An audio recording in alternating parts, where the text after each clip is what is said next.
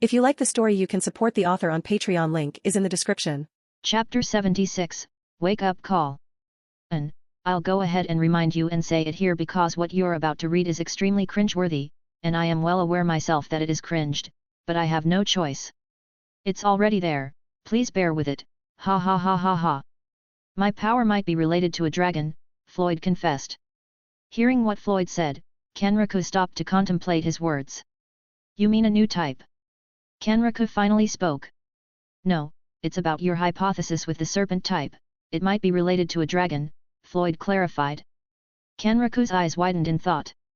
This is the reason I can talk to some beasts and not others, it's exclusively related to dragons, Floyd explained.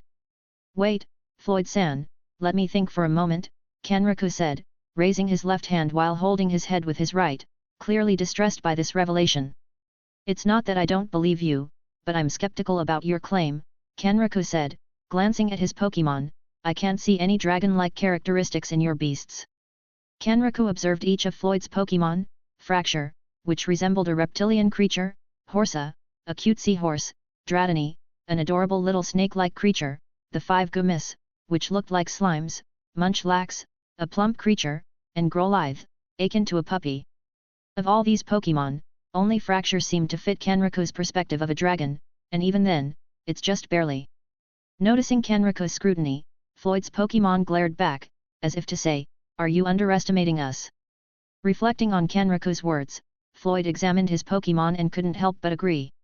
If he hadn't known them from his past lives, he would share the same doubts. Noticing their reproachful stares at him, Floyd could sense their sentiment saying, Master, you too. Floyd blushed and ruffled his hair, perhaps it's because they haven't fully evolved. Let's see once they evolve, like your blast was. You might be onto something, anyway, I will consider what you said and study it. Nevertheless, Floyd-san, please refrain from revealing your power, it's risky, Kenriku cautioned. Don't worry, Professor, I understand, Floyd reassured. We should leave, we've disturbed the beasts enough here, Kenriku said, adjusting his camera before heading to the base. Floyd and his Pokémon trailed behind. Upon their return, the atmosphere at the base remained tense. Some gave them, or rather, they're giving Kenriku a cold stare. However, their eyes widened when they spotted a new creature beside Floyd. Floyd, what is that? Jonathan inquired, pointing at Fracture. My beast, Axew, has evolved, Floyd responded plainly. Everyone's gaze shifted to Floyd and Fracture. He is now called Fracture, Floyd added.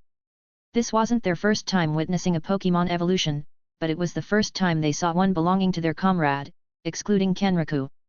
Aware of Axew's prowess, they wondered about Fracture's enhanced capabilities. I'm heading back to the safe zone of Kimono Hatch Forest, Floyd announced, packing his gear. What will you be doing there? Kenriku inquired. It's not even 3 in the afternoon, I still have time. Given the new beasts there that you captured, I want to test my Pokémon's strength, Floyd explained. He finished packing and added, I'll be on my way. Hold on, you know it's dangerous there, Jonathan intervened. The somber discovery of Renming's body weighed on their minds, causing many to question their choices. Yet here was Floyd, who seemed unaffected and still had the guts to train. Jonathan, I'm no weakling. My beasts and I even defeated that giant snake. I trust them. They will protect me, we'll be fine, Floyd assured, shrugging off Jonathan's concern and venturing back into the Kimono Hatch Forest with his Pokémon. The safe zone is a part of the Kimono Hatch Forest, just a reminder. I will go, Illichid, follow me, Kong Jihun said as he followed Floyd. Illichid nodded and followed behind. Appa, where are you going? Choi Yurine rushed to him, afraid of his intentions. Of course, to learn more from him. If I were as strong as him, I wouldn't be afraid to venture into this forest, and I wouldn't meet the same fate as Renming, Kong Jihun stated. It had been a week since the previous battle, and he learned a lot from Kenriku and Floyd, especially from Floyd. The beast system truly fascinated him. There were strategies applicable to beasts and still many mysterious and unknown things that piqued his curiosity. Renming's death not only made him doubt his beasts but also served as a wake-up call for him to strengthen his Illichid, especially after seeing Floyd's Axew evolve. He knew Axew's strength. His Illichid had never won against it. But now that it had evolved, How strong was it? He was eager to find out. What did you say? Several Chinese individuals who overheard were angered by his words. No, everyone, I apologize. Excuse me, I don't have time to talk. I must go, Kang Jihun said as he ran. Appa, it's dangerous, Choi Yurine expressed her concern. Don't worry, the professor's beasts are there. I'll be fine. Come on, Illikid, he said, rushing directly into Kimono Hatch. What worries me most are the professor's beasts. Choi Yurine murmured. Ever since Renming's death, people had lost trust in Kenraku. Choi Yurine hesitated about following Jihun. Suddenly, she heard a voice behind her, Swablu.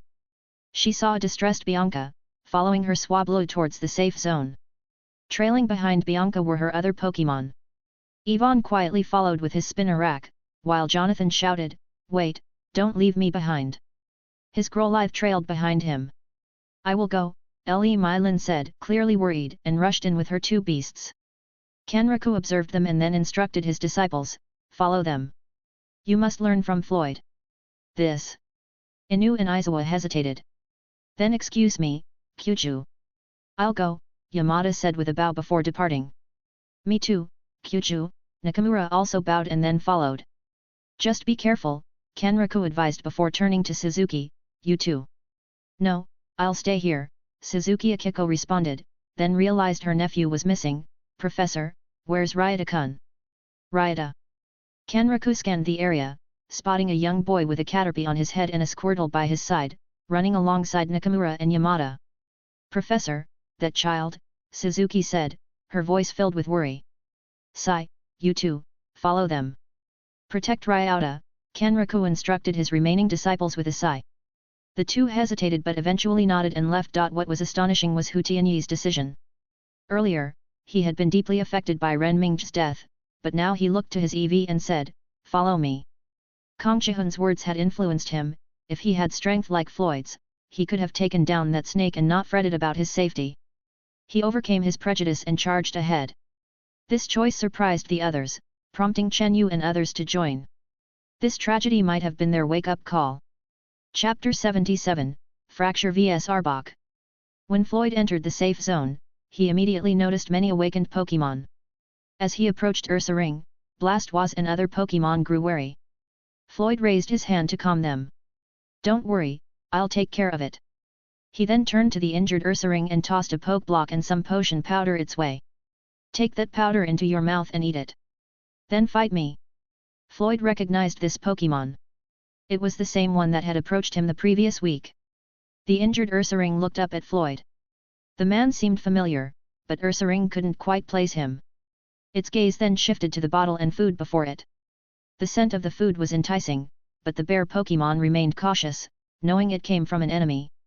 Observing Ursaring's hesitation, Floyd picked up a poke block, placed it in his mouth, and crunched down on it. He was about to take the bottle when, suddenly, Ursaring struck with his hammer arm. Blastoise and the others reacted too late. But Floyd and Fracture were prepared. "Fracture, protect!" he commanded. Fracture responded immediately, using both hands to defend. "Claw!" Floyd ordered. In response, Fracture unleashed Dragon Claw on Ursaring. Roar! Ursaring, now enraged, retaliated with payback.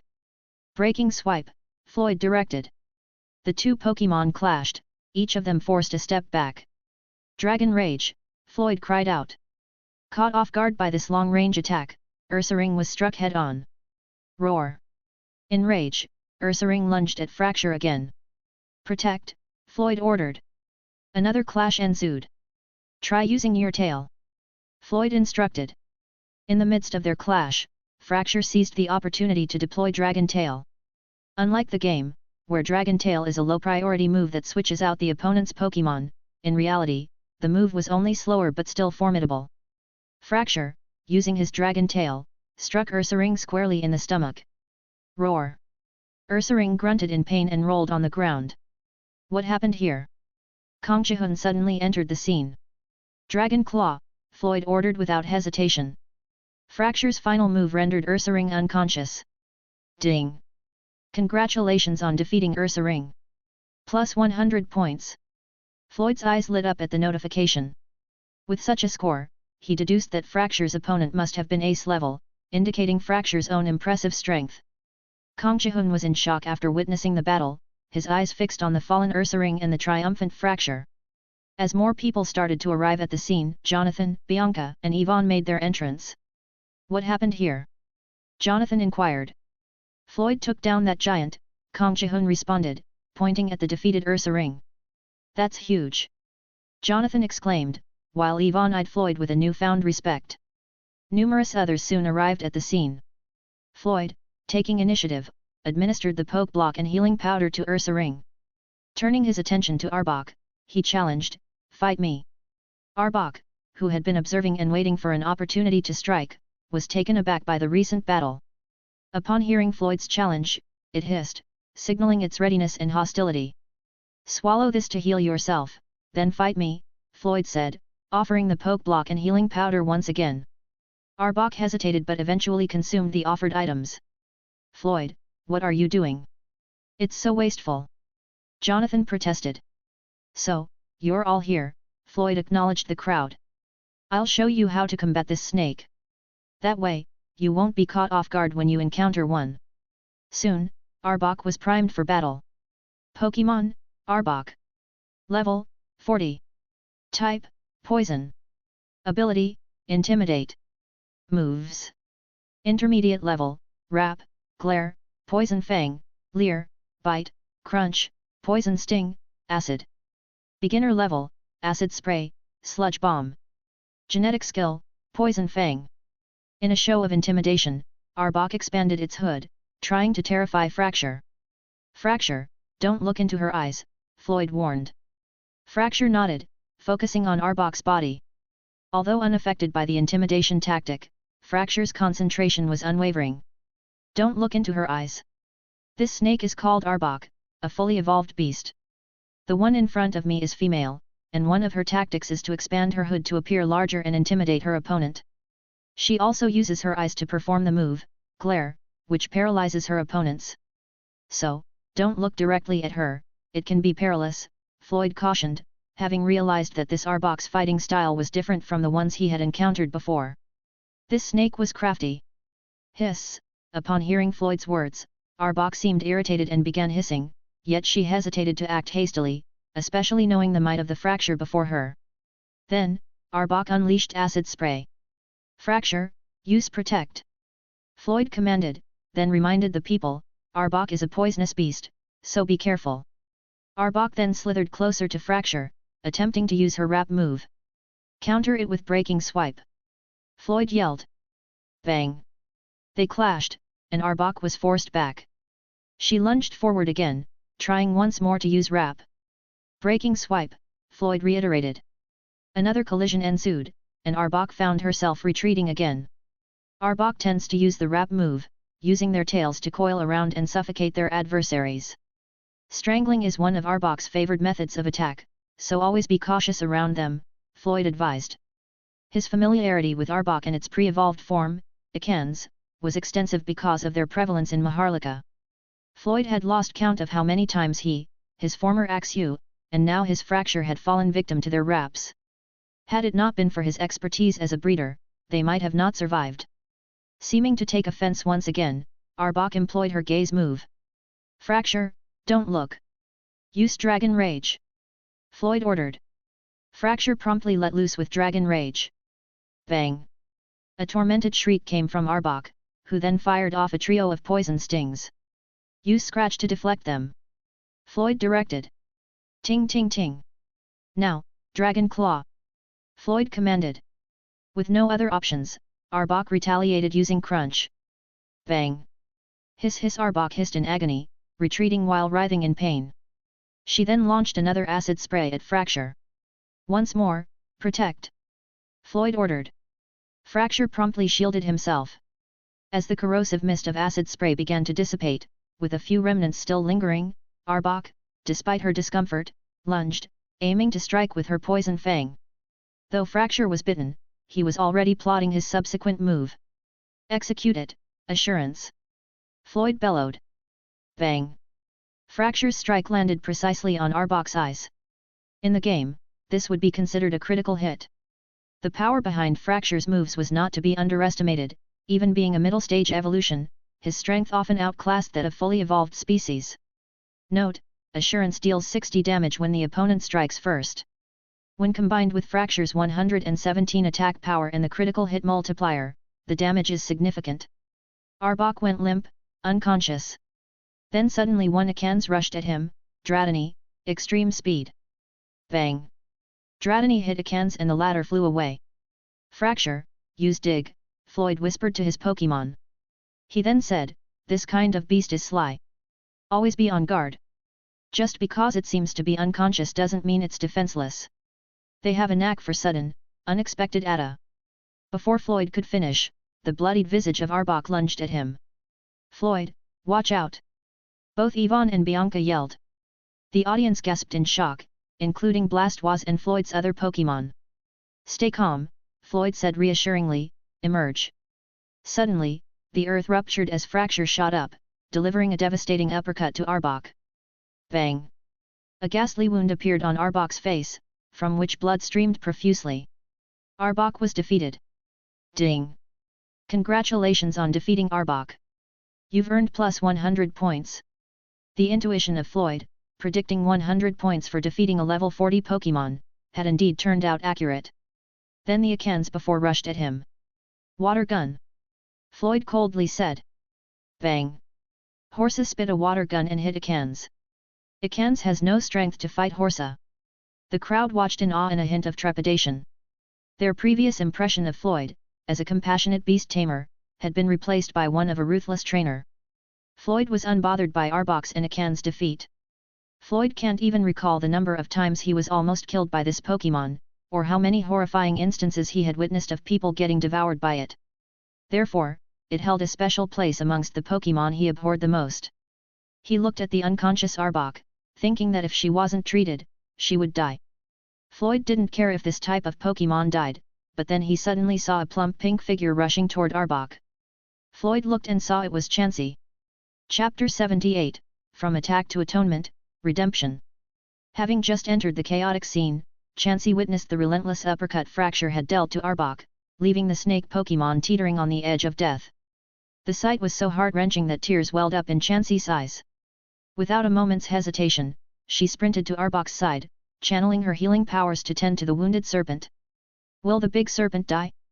We must aid her, she's in such a pitiful state, Ryota asserted, his voice trembling, feet already moving. But before he could get far, Inu's hand clamped down on his wrist, restraining him with a somber shake of his head. Ryota-san, venturing there is dangerous. Aizawa's voice was hushed but firm as he gently took Ryota from Inu's grasp, enveloping him in a protective embrace. Look at her, so grievously wounded. She's so pitiful, Ryota murmured, his gaze locked on Arbok's battered form. Please, stand back.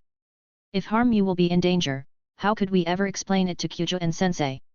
Trust in Oni-san's words, okay. Aizawa's fingers sifted through Ryota's hair, offering solace. Chansey, what are you doing here? Floyd's eyes landed on Chansey. The sight of her tears, her desperation in trying to save Arbok, sent a jolt of guilt through him. While Floyd generally harbored warmth for Pokémon, his past had rendered him bitterly cold towards a select few, especially Arbok and Seviper. Their cold-blooded, remorseless nature had tainted his perception. Renmingch was just a few examples of it. Gazing upon the palpable desperation emanating from Chansey, a torrent of doubt overwhelmed Floyd. Could he have been wrong all along? The realization pierced through him. Every Pokémon, including Arbok, surely possessed feelings, bonds, and emotions akin to other Pokémon.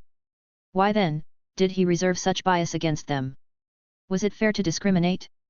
If Arbok had the capacity to kill humans, wasn't it plausible that other Pokémon shared the same potential? Was his aversion to Arbok merely rooted in personal bias, clouding his judgment?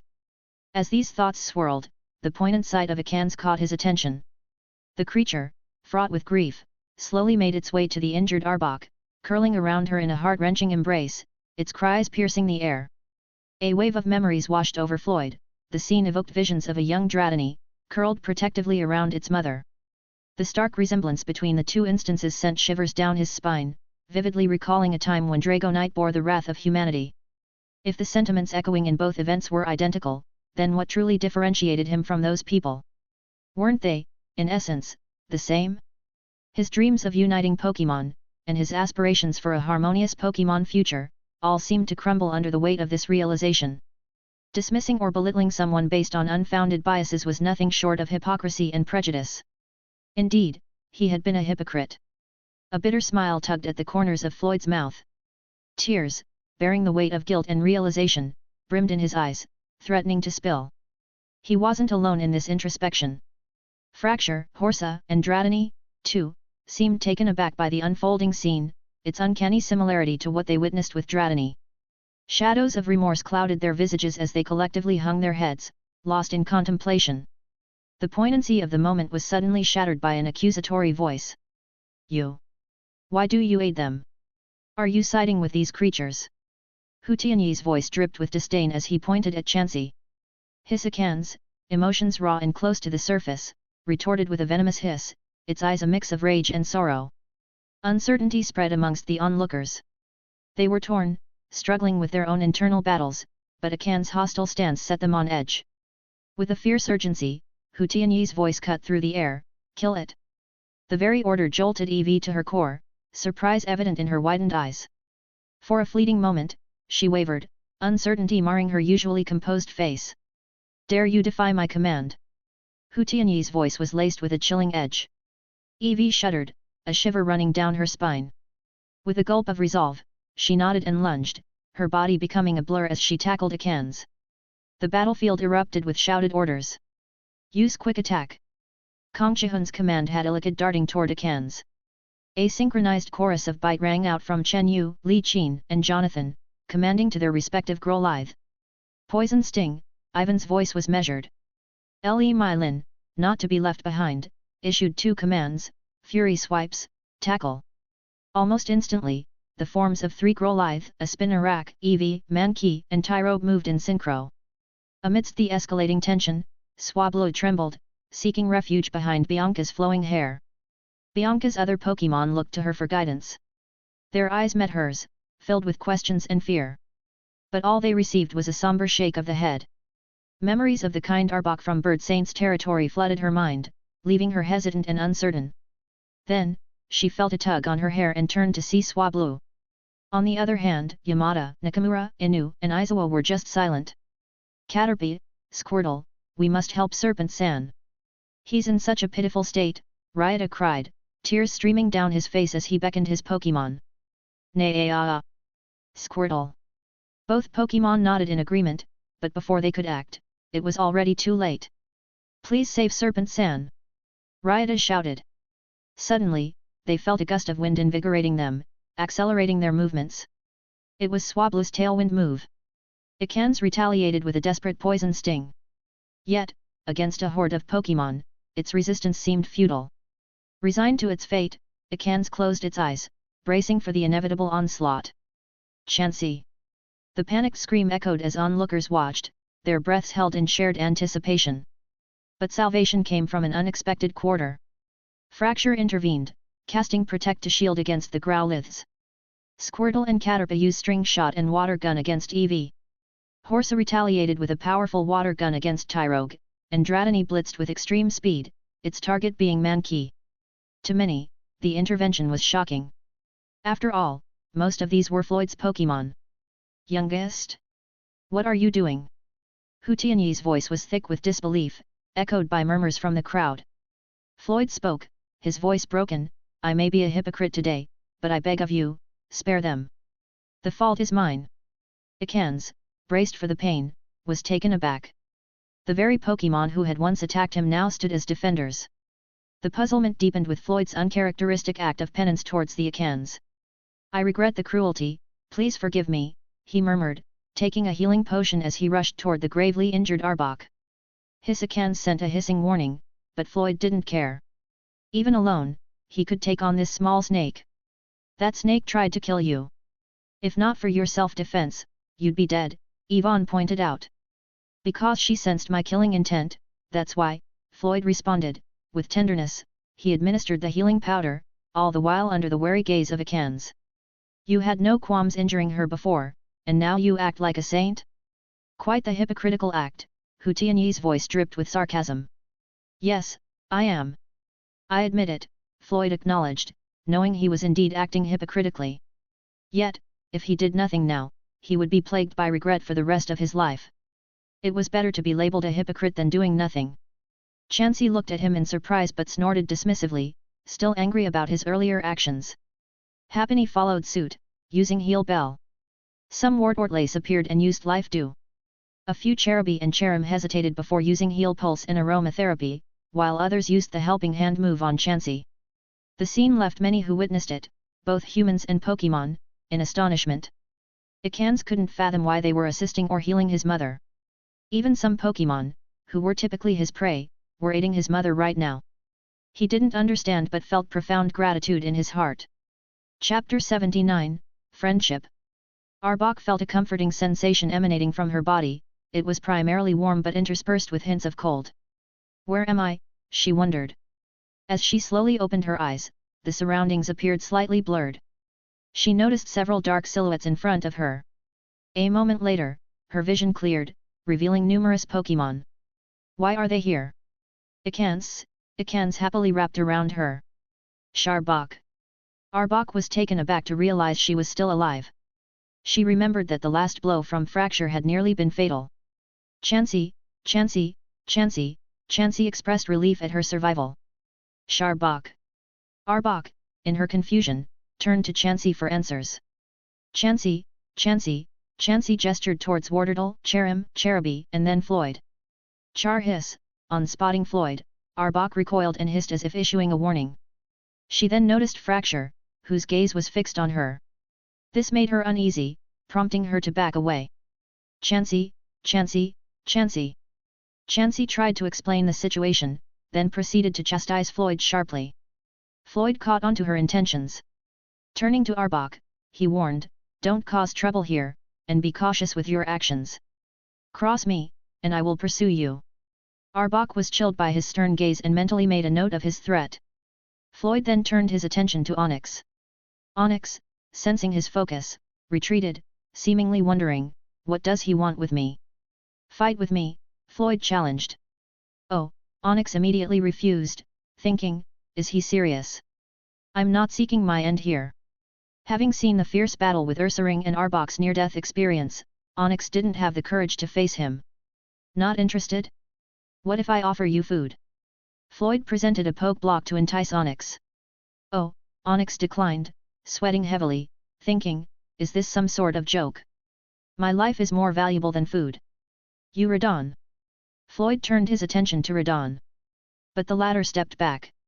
"You Weepin Bell, long time no see," Floyd greeted her, but that latter also stepped back. Feeling somewhat defeated, Floyd's attention shifted when he heard Kong Chihun, "Floyd, how about a match against me?" "You, against my Fracture?" Floyd regarded him skeptically. Not out of fear, but doubting Illithid's capability to withstand Fracture, especially when Illithid had failed to best Axio before his evolution. "Are you joking? I'm not challenging Fracture. I want to face your serpent," Kong Chihun clarified, pointing at Dratini. Upon being indicated, Dratini's eyes sparkled with anticipation. He looked towards Floyd, signaling his willingness. Observing Dratini's eagerness, Floyd agreed, "All right, give me a moment." He approached Blastoise and others, advising caution around the newly arrived wild Pokémon. Blastoise conveyed understanding with a nod. Chen Yu glanced at Arbok and then at Floyd, exhaling a resigned sigh, "We should head back." "Captain." Hu Tianyi's voice betrayed his reluctance. "What can we achieve staying here? Tell me, can you best Floyd?" Chen Yu posed. "No," Hu Tianyi admitted, sounding regretful. "How about the snake? Can you overcome her?" Chen Yu gestured at Arbok. "No," came Hu Tianyi's response. "We need to bury our comrade to rest first." Chen Yu began walking, with Li Qin in tow. "I understand," Hu Tianyi acknowledged, sounding disheartened. They soon left the scene. After 2 hours of rigorous training, Floyd and the rest concluded their session. He had sparred with Kong Chihun, Yvonne, Jonathan, Bianca, Le Mylin, Yamada and others, offering them tips for their Pokémon. All had faced off against Floyd but none prevailed. Floyd truly hoped to battle Arbok, Onyx, and Ursaring. However, the trio showed clear apprehension, either stepping back or sending warning signals whenever he approached. Meanwhile, Ryota seemed eager to play with Ikans, much to the alarm of Inu and Aizawa. They held on to Ryota to prevent him from approaching while the child cast pitiful looks at Floyd. Observing this, Floyd recognized Aizawa and Inu's concerned expressions. Although he couldn't understand it, he guessed that Ryota wished to engage with that small snake. He considered it might be good for Ryota to interact with Ikans, helping bridge the gap between the new wild Pokémon and the group. However, he remained aware of the potential dangers. Ikans looked at him curiously and saw Caterpie and Squirtle by Ryota's side. He remembered that they seemed to be the ones who had rescued him before. He hadn't seen what had happened, but when he opened his eyes, he saw that the Eevee who had attacked him was already bound by Caterpie's string shot. Ikans began to slowly approach them, which frightened Aizawa and Inu. Blastoise, Floyd, Yamada, and everyone else became alert. Arbok warned her son to come back. She was about to make a move when she noticed the cold eyes of Blastoise, Floyd, and Fracture staring at her, which made her shiver and stop in her tracks. However, she still looked worriedly at her son. Seizing the moment, Ryota broke free from Aizawa and Inu's grasp and rushed to Ikans. Ryota Inu shouted. "It's dangerous!" Aizawa exclaimed. The scene made many hearts skip a beat. Ikans became alert as he saw the young boy. However, his vigilance faded when Ryota patted his head gently. Ikans looked at the boy with both confusion and curiosity, then shifted his gaze to Caterpie on the boy's head and the following Squirtle. Nay-ah! Squirtle! Both creatures greeted Ikans with friendly faces. Ikans responded with a greeting and expressed his gratitude. He then refocused on the child. "Can you play with us?" Ryota asked with a smile. Ikans replied, seeming puzzled. "Hey!" Ryota was equally confused, not understanding Ikans's response. However, he then heard Floyd say, "He's asking what play means." Although Floyd couldn't understand Ryota, he could understand Ikans. Noticing Ryota's confusion, he offered a translation. Gaining some clarity, Ryota continued, "Playing means having fun together with your friends. This one on my head is called Caterpie, and this is Squirtle. They're my friends, and we play together." Nay-ah! Squirtle! Ryota introduced his Pokémon pals. A week had already passed since they arrived, and by now, everyone had familiarized themselves with the names of a few Pokémon, especially on their own and those in Beast's Sanctuary. Ikans inquired further. "He's asking what friends are," Floyd interpreted. "Friends are those with whom you can play, have fun, and eat together," Ryota explained. Ikans asked another question. "He's asking if eating together means eating you," Floyd said with furrowed brows, alerting everyone. "You can understand?" Kong Jihun asked doubtfully. "It's easy," Floyd just nodded, didn't tell the reasons why. No, how can you eat me? If we become friends, we should protect each other," Ryota assured Ikans. "So, that's why you protected him earlier," Floyd translated. "Yes, I want to be your friend," Ryota eagerly stated. Ikans. "He's asking where you can play," Floyd informed. "Here, come with me, I'll show you," Ryota said excitedly. "Ryota-kun," Aizawa called out in fear, echoing the sentiments of the others.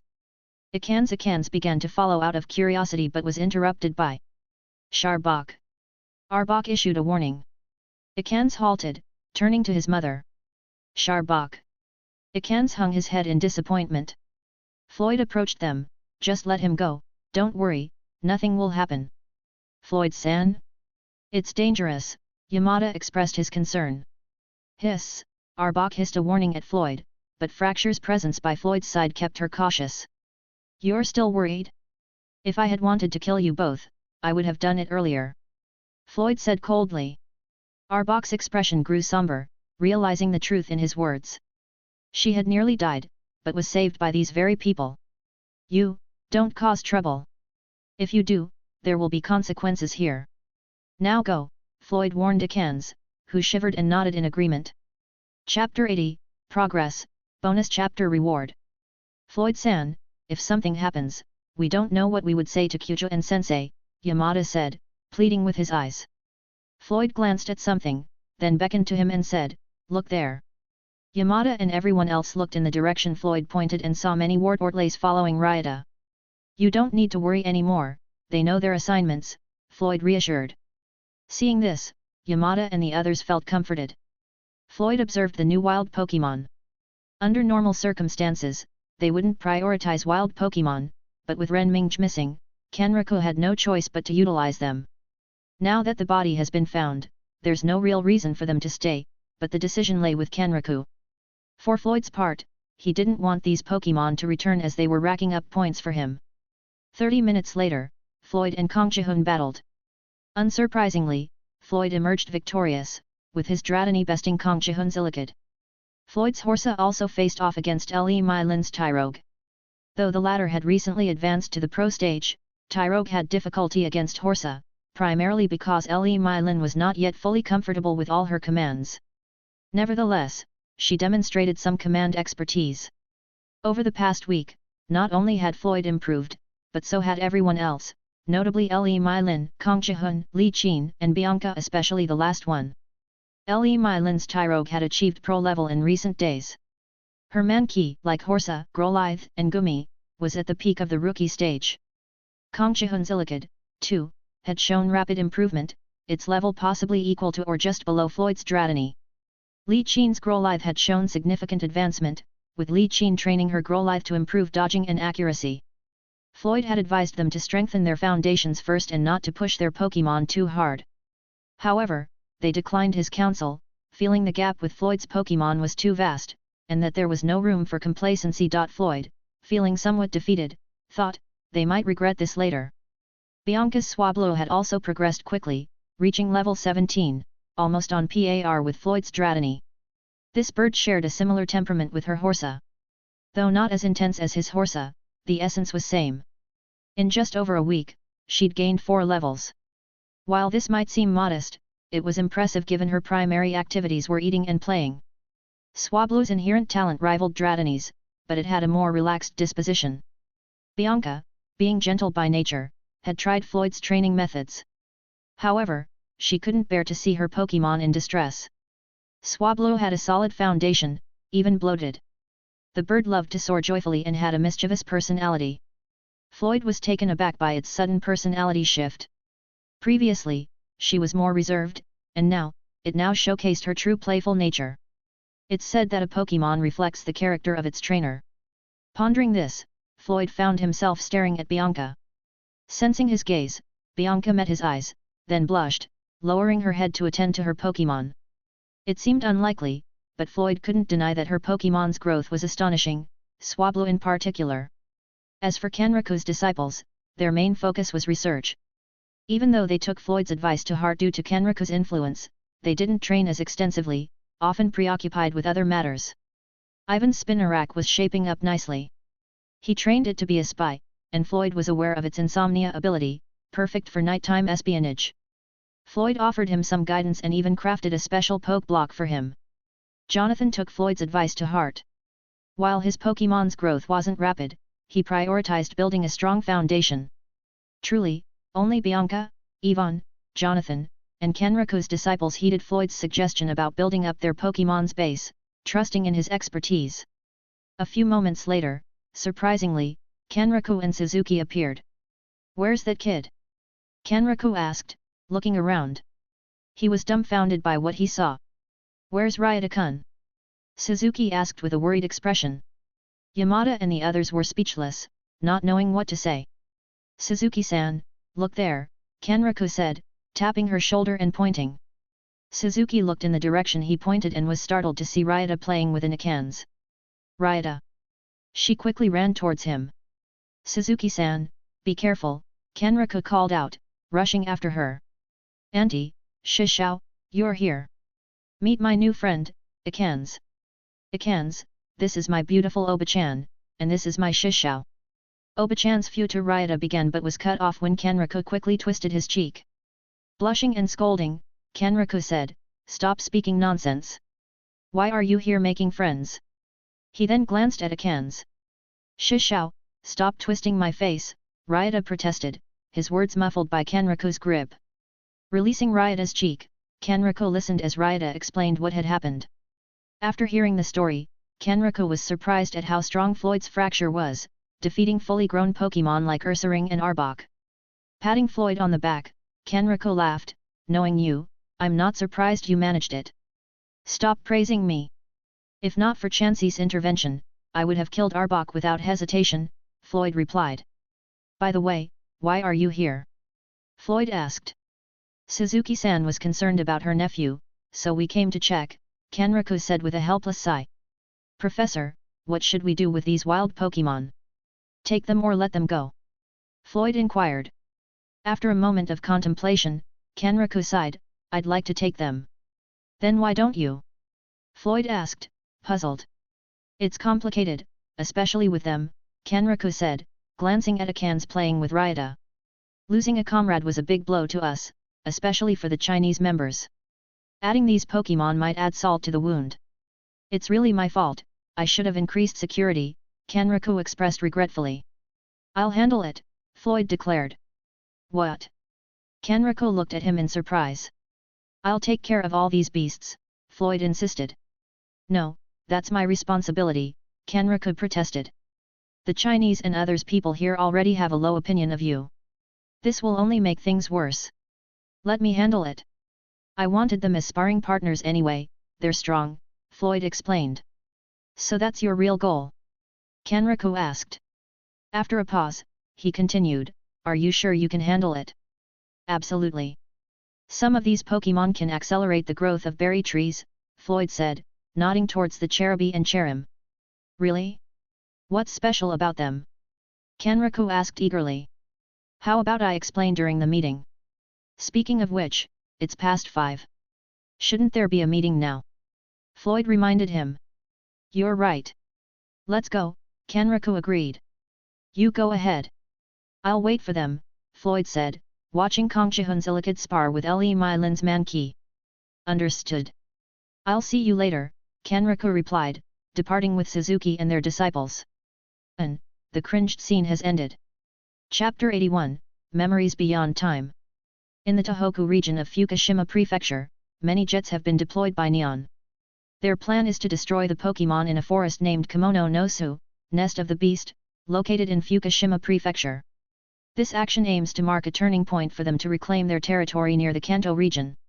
It's been 5 years since they lost this territory due to a similar issue in a Kanto prefecture involving beasts.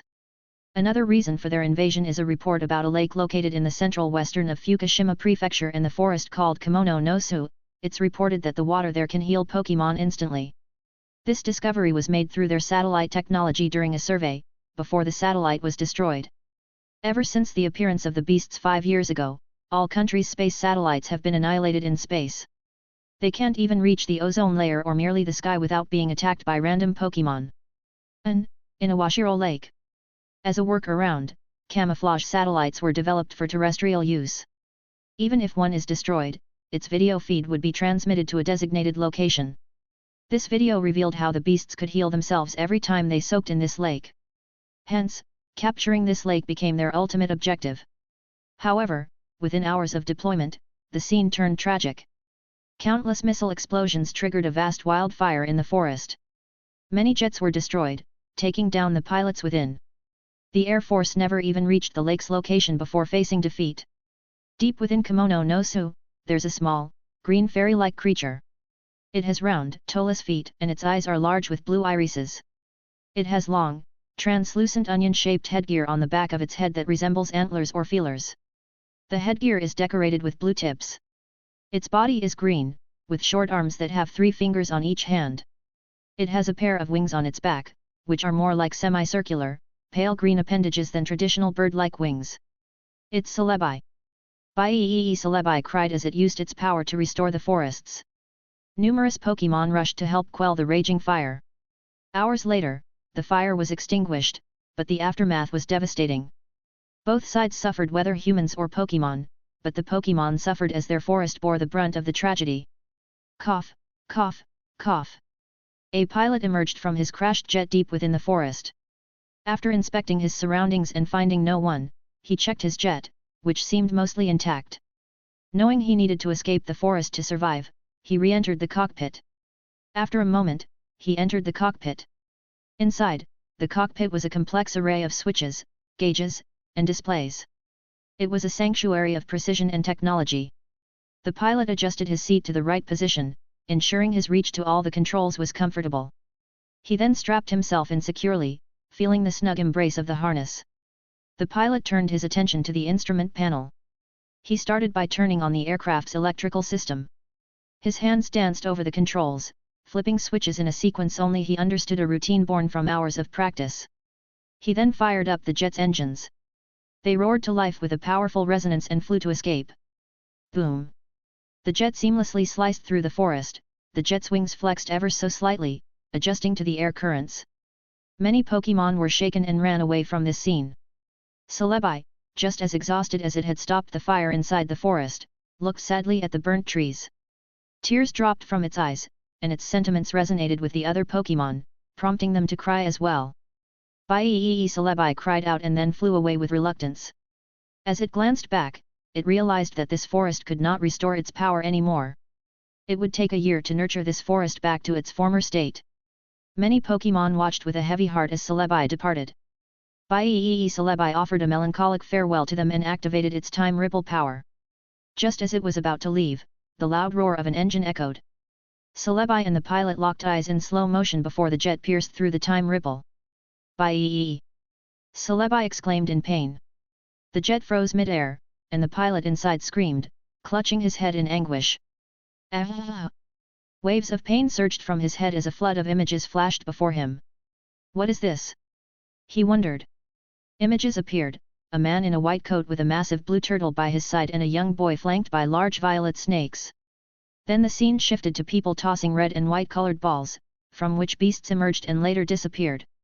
He saw many people smiling with their creatures by their side. What is this? The man's confusion grew. Why are they so friendly with these beasts? He pondered internally. Ah! The pain persisted. Suddenly, an image of the man himself materialized, showing him laughing manically as he captured the man in the white coat. Ah! As the images began to blur, the last scene he perceived was of himself, panic-stricken, attempting to flee.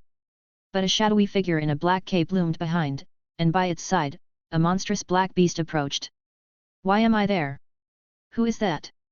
Is this the future? He mused. The pain subsided, and the flood of memories ceased. The jet's engine roared to life, catching him off guard. He swiftly regained control and made his escape. Then, calamity struck. Trees withered, rapidly turning to black ashes. Everything was obliterated. Numerous injured Pokémon hurried to the lake, only to find its healing power diminished. Many Pokémon vocalized their distress. Bye!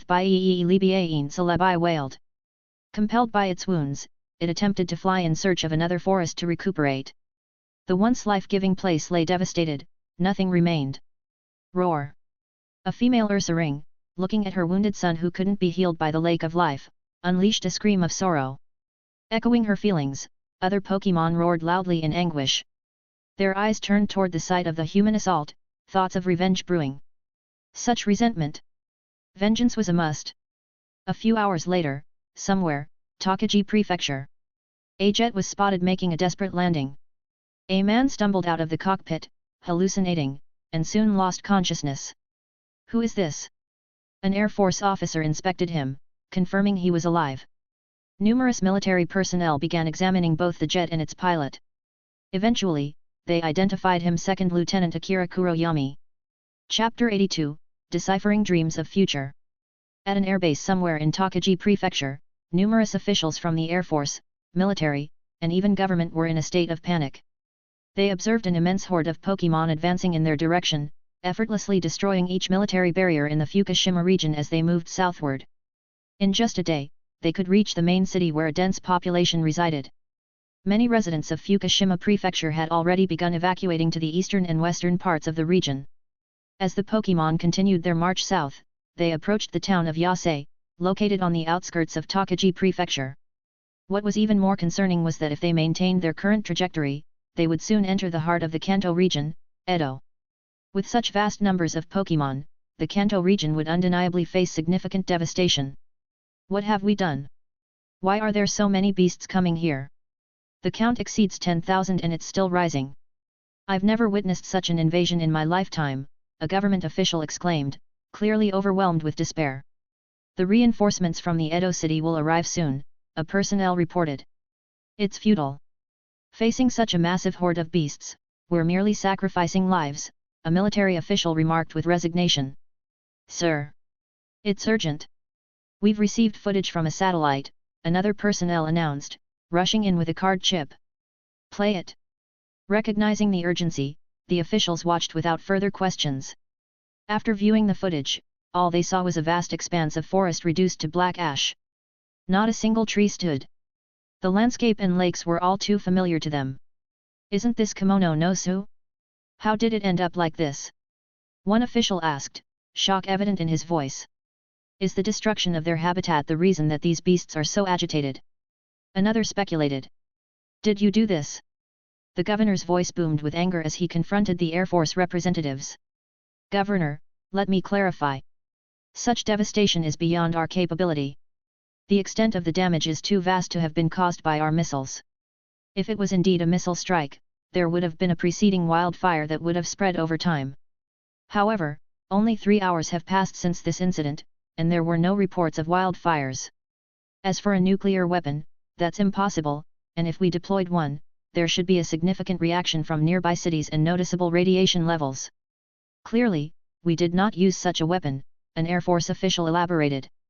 That seems plausible, another personnel concurred. What about your division? A government official questioned the army. Sir, deploying nuclear weapons is beyond our jurisdiction. Authorization from higher UPS is mandatory, the general clarified. The explanation seemed logical to most, but it also meant they were no closer to identifying the perpetrator. The room fell silent. We shouldn't be pointing fingers. Our primary concern should be addressing the impending threat from these beasts, an elder government official intervened.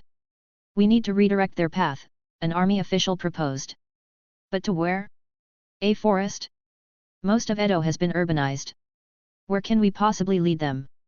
A government official asked. There is a place. To the west of Tokaji Prefecture, there's a vast forest that extends to the Gunma Prefecture, an Air Force officer suggested. Yet, diverting them there would put immense pressure on us, especially if they choose to invade the urbanized east, the army general lamented. No, there's one in the western part of Tokaji that has a large forest extending to the prefecture of Gunma, an Air Force officer reported.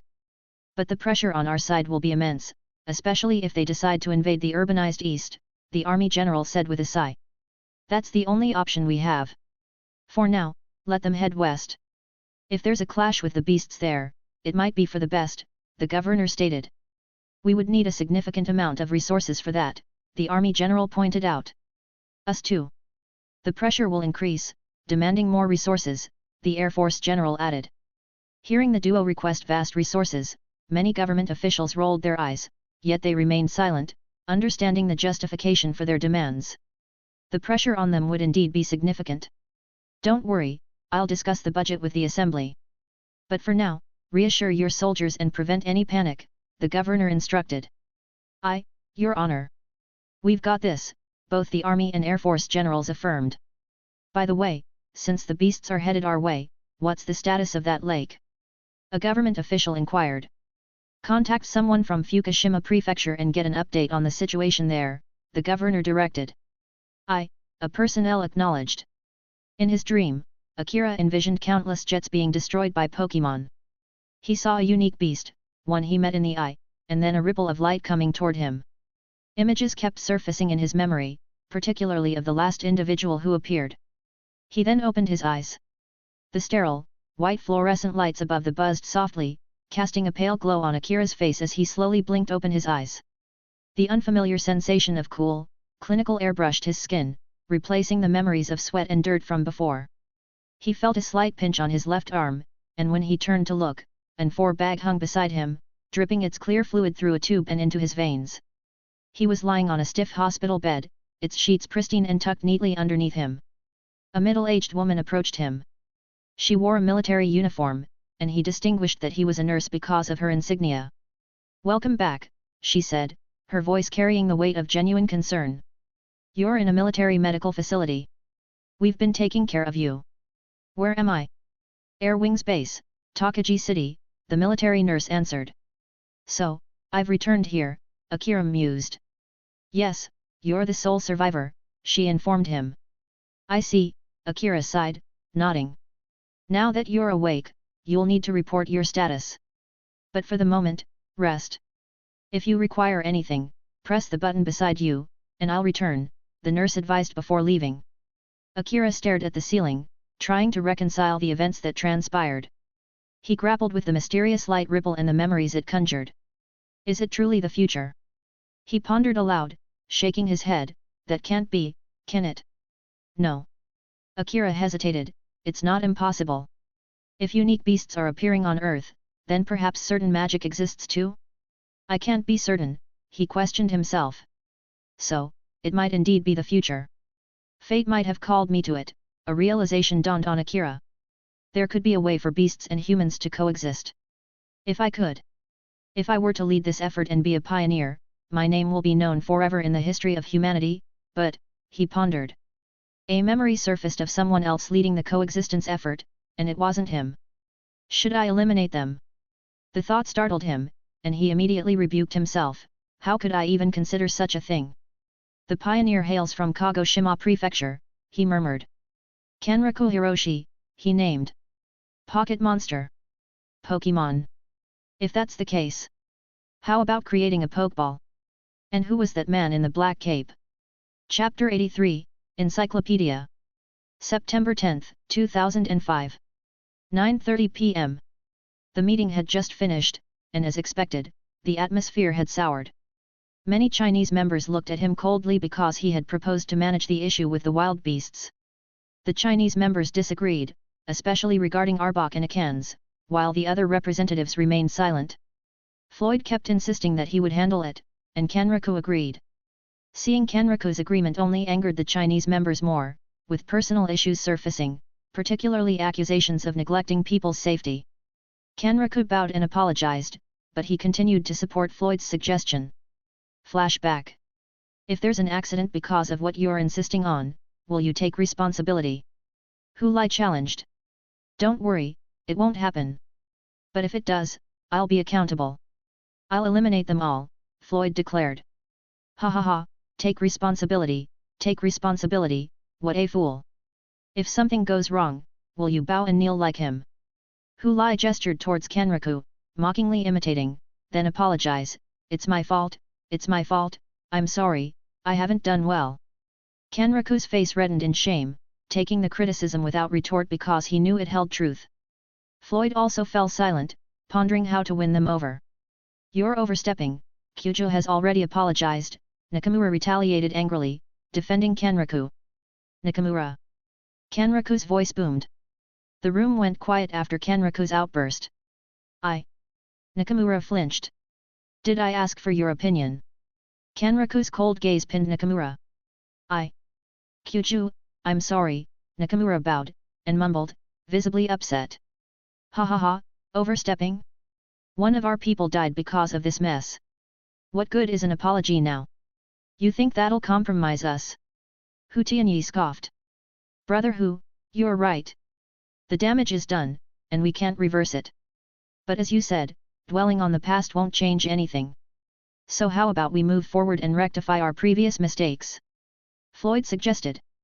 Youngest, that's the point. That's why I'm telling you, bringing these wild beasts here will only lead to more mistakes. Do you understand? Hu Tianyi retorted. Moreover, I'm concerned about the added expense of feeding them, especially since there are so many mature beasts, Chen Yu interjected. Chen Xin, Li Qin, Xiao Yun and other Chinese representatives voiced their agreement. Yvonne, Li Milin, Kang Jihun and all the representatives turned their attention to Floyd, awaiting his response. Give me half a month, Floyd declared. Hey! Everyone looked puzzled and the room buzzed with whispers. In half a month, I'll handle all these creatures. If they become a nuisance and make trouble, I'll release them immediately. Believe me, these creatures can be invaluable for farming, training, and labor. They'll be an asset, Floyd elaborated. You think you can manage this in half a month? And where will you place them? The safe zone? Chen Yu asked skeptically. Yes, Floyd affirmed. Then how do we scout and conduct forest reconnaissance if they're in the safe zone?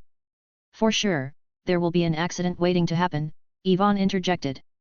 And half a month is quite a stretch. Who can guarantee no incidents in that period?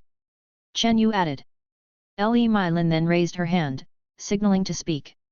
All attention shifted to her. During these 2 weeks, we'll suspend all scouting missions. I'll offer martial arts training. Floyd, if you really wanted to take these wild beasts, then you should teach every scout your trainer techniques. Agreed. Le Mylin proposed. I'll also bolster our defenses in the safe zone by increasing patrols with Warderdle, Blastoise, and others, Kenriku supplemented.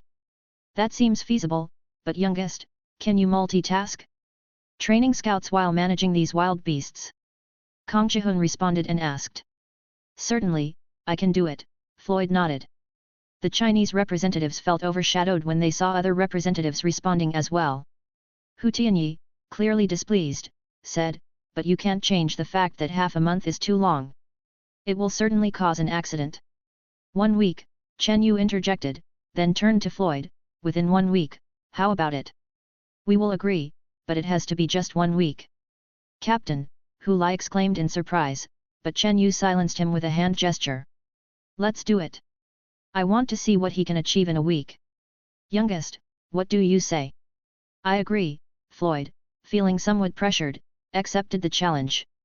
Subsequently, a few reports were presented, and a few hours later, the session concluded. Present time. Floyd returned to his room, prepared his food for his Pokémon, and continued with his usual routine of feeding the Dragonite mother. As he was about to enter the laboratory, Jonathan approached him. Floyd, Jonathan called out. What is it? Floyd inquired. There's something I want to ask you, Jonathan hesitated slightly before continuing. Go ahead, Floyd encouraged. Do you plan to claim that stone? Jonathan asked. Stone? Which stone? I don't understand. Can you be more specific? Floyd's brows furrowed in confusion. That stone beast. Do you plan to make it your own beast? Jonathan clarified. Ah, you're referring to the wild beast, Onyx. Floyd finally caught on. So, its name is Onyx. Yes, that's the one I meant, Jonathan's eyes lit up with recognition. No plans on my end. Why? Floyd inquired. You aren't? Given its size, how could you not be? Jonathan expressed his astonishment. Ah, I see. You want to conquer that beast for yourself, don't you? Floyd surmised. Well, if you aren't interested, then yes, I'd like to. But if you had your sights set on it, I'd stand no chance against you, would I? Jonathan remarked with a self-deprecating smile. Don't fret. I have no interest in it. You're free to try your hand at any of them. But on one condition, you must beat them with your own beast. Otherwise, the wild beast won't respect you. If you can't establish dominance, it could be dangerous for you, Floyd advised and cautioned. I recall you mentioning that if we can't overcome a beast with our own, they might resist or even attack us. I get that. But on this Onyx, any tips on defeating it? Jonathan sought guidance. Training. Train your beast, familiarize yourself with your opponent's capabilities, and make your own strategy. That's the game plan, Floyd advised. Then you'll have to instruct us tomorrow, Jonathan proposed. Don't worry. I'll definitely guide you, Floyd assured, I need to head out now.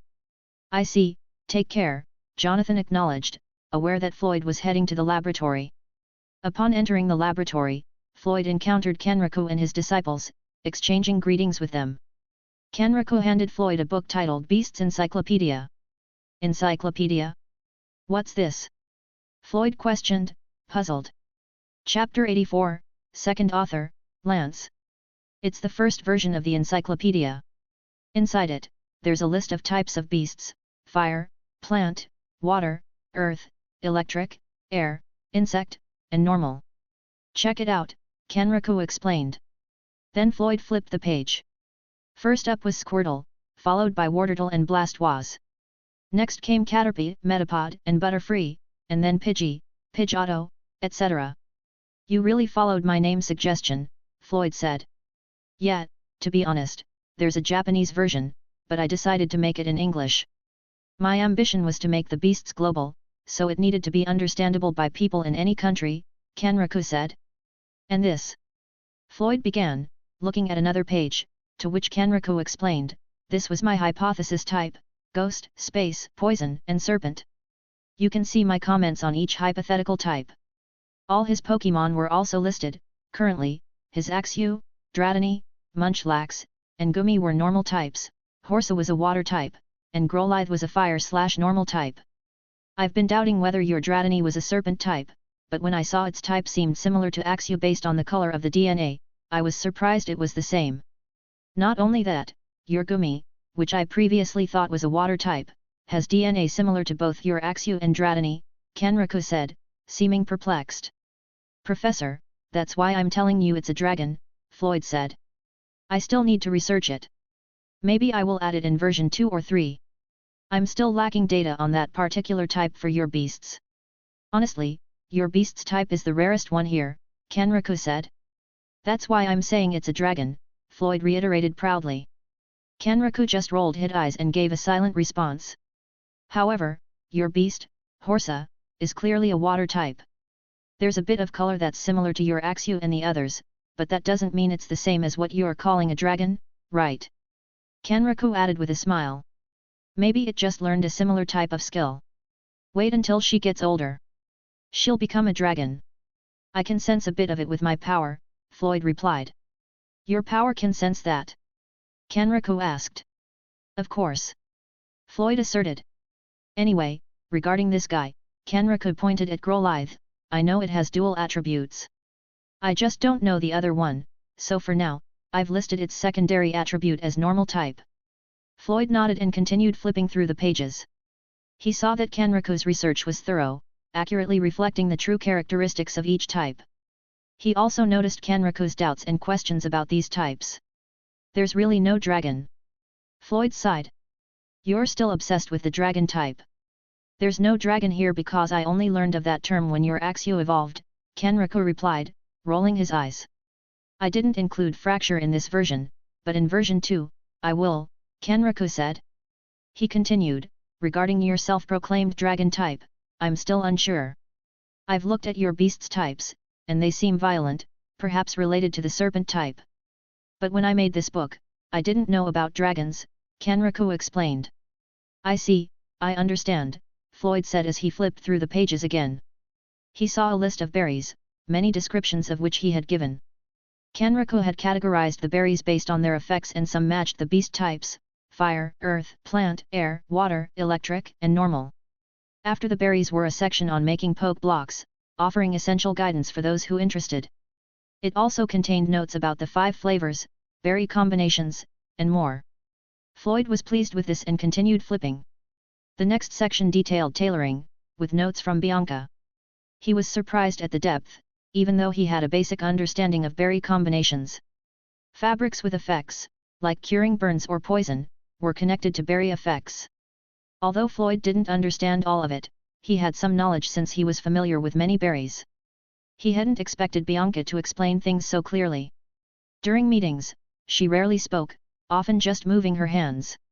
Then, he began to flip through the pages, focusing this time on counters for each element.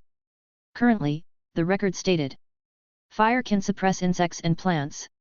Insects can suppress plants. Plants can suppress earth and water. Water can suppress fire. Electric can suppress water. Earth can suppress electric. Flying can suppress insects and plants. Currently, the list only covered the super effective counters for each type. There were no resistances for each element yet. Floyd believed that adding resistance would overcomplicate the type dynamics, which is why he hadn't included it. Within the pages were also quotes from Floyd, as long as you treat your beasts with respect and care, they'll treat you the same way. Flipping to another page, he discovered classifications for Pokémon moves by type. For example, Rapid Spin was categorized as a normal type move, Ember as a fire type move, Water Gun as a water type move, and Thunder Shock as an electric type move. Kanraku had indeed been thorough, staying true to most of Floyd's instructions. Another flip of the page revealed more complex topics, theories on dual, triple, or even quadruple attributes of types, Pokémon behaviors, their preferences, and other biological details. This was clearly the domain of Kenriku and his disciples' research. After browsing through the entire encyclopedia, Floyd sighed deeply. Holding the substantial volume, he looked at Kenriku with genuine appreciation. "Professor, you've truly outdone yourself with this. The detail is impressive." "Well, it wasn't just me. Everyone contributed, but especially you, Floyd-san. Without your help, my research would have faced countless delays." "I'm truly grateful," Kenriku replied, gently patting Floyd's shoulder. Floyd scratched the back of his head, slightly embarrassed. "I did what I felt was necessary."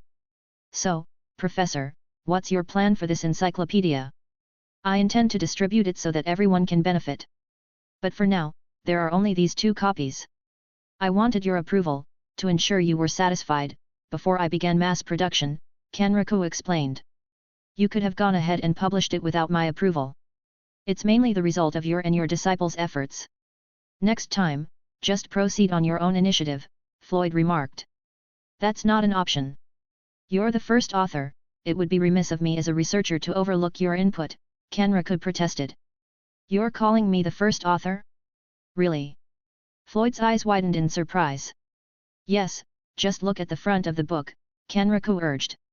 Floyd promptly checked and, sure enough, his name, Lester Floyd, was listed first, followed by Kenriku Hiroshi and then all the other contributors. "No, Professor, you must amend this. I shouldn't be the first author," Floyd insisted. "Why not? Your input was pivotal. How could I not acknowledge you as such?" Kenriku countered. "Just trust me on this. I'd prefer to be listed behind even just a second author. I'm not well versed in research methodologies. It would be embarrassing for me to be credited so prominently. Moreover, I value my privacy and just wanted to say low-key." "Please, do this for me," Floyd pleaded. Floyd added, "Regarding my name, I suggest a pseudonym, Lance, was better." Chapter 86, Martial Arts Sparring. September 11, 2005. 8:30 p.m. On the nearby side of the beach, many Japanese people, both adults and young, watched a group of people struggling to run. Most of them panted as they tried to keep pace with Le Mylin leading the way. There were also individuals who weren't scouts but had joined the training out of curiosity about the type of martial arts Le Mylin would teach. However, the reality shattered their preconceived notions of martial arts. Instead, they were running tirelessly, starting from the base, to the safe zone, Beast's Sanctuary, then to the beach, and back to the base. Each round was more than 1 kilometer. Currently on their 4th lap, they needed to complete 1 more lap to finish. They felt their bodies couldn't continue, but they had to. If they stopped, they feared Le Mylin, whom some saw as a devil, would force them onward. Jonathan felt this acutely. In his mind, he'd cursed Le Mylin thousands of times. He felt this old devil woman was particularly targeting him. After a few grueling minutes, they completed their 5th lap.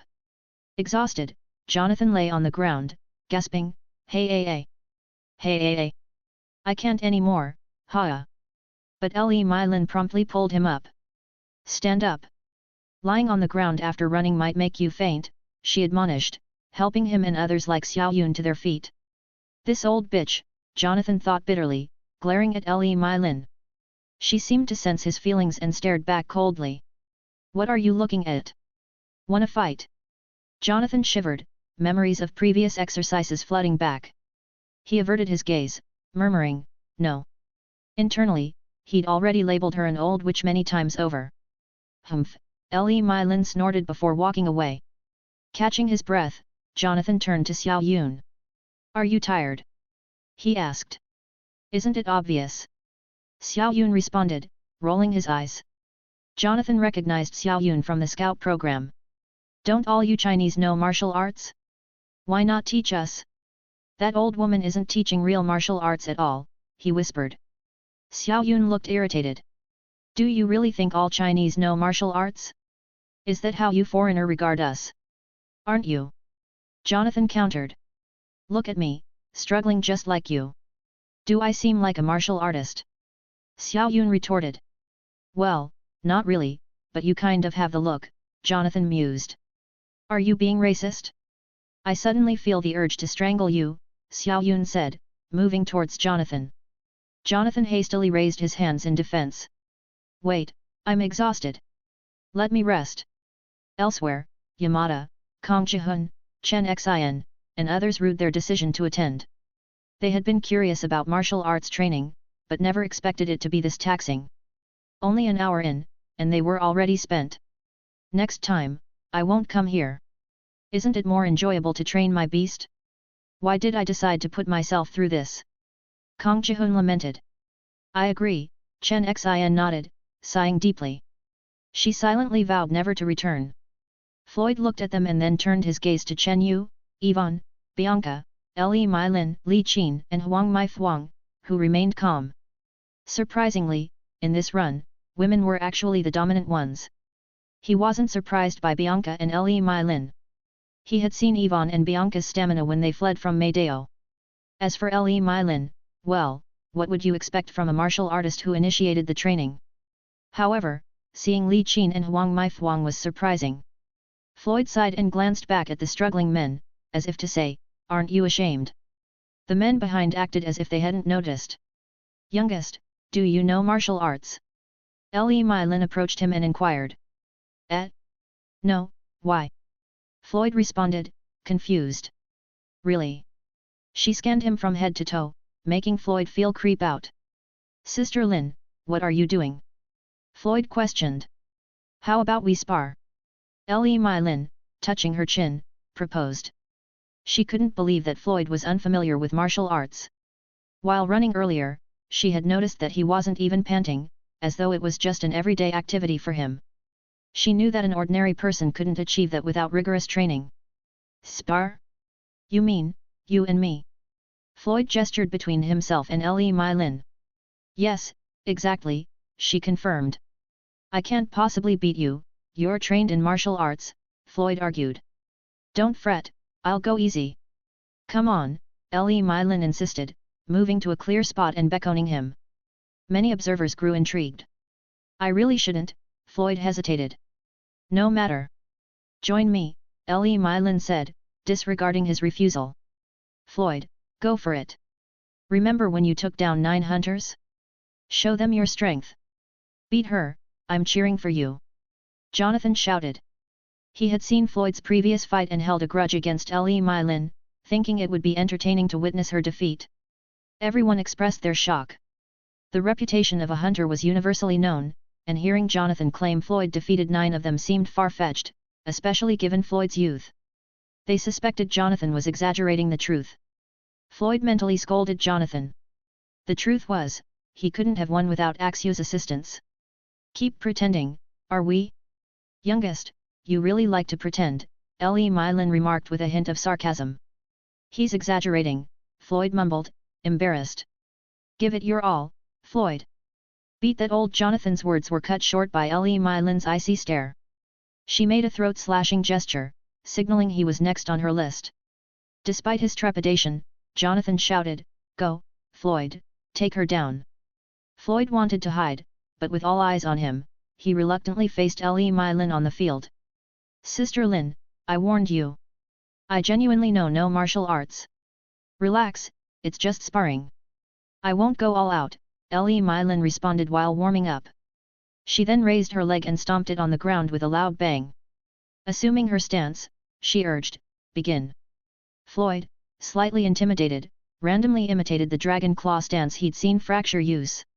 Is that a tiger stance? No, it's different, Le Milin observed, amused by Floyd's posture. I'll make the first move, she declared, advancing towards him. Chapter 87, Battle between Skill and Innate Strength. Le Milin moved with swiftness, darting towards Floyd. Her intention was clear, to intimidate him by feigning a strike, only to retreat before making contact. So fast! That was the collective thought of many spectators. But Floyd, with his keen eyes, could discern her movements. As she approached, he swiftly stepped back. In an unexpected twist, Le Milin mirrored his action, stepping back as well. Seeing him respond similarly, Le Milin expressed surprise. She hadn't anticipated Floyd's reactions to be so swift. Increasing her speed, she dashed towards him again, but Floyd continued to match her, evading her every move. "Is this what you meant when you said you didn't know martial arts?" Mylin remarked with a hint of sarcasm. "Youngest, you sure really wanted to play pig eating the tiger. How many times must I tell you?" "I genuinely don't know martial arts," Floyd retorted, unsure how to convey that his physical prowess far surpassed that of an average person. Mylin's eyes narrowed, her expression cold. "Be cautious. This time, I won't be holding back."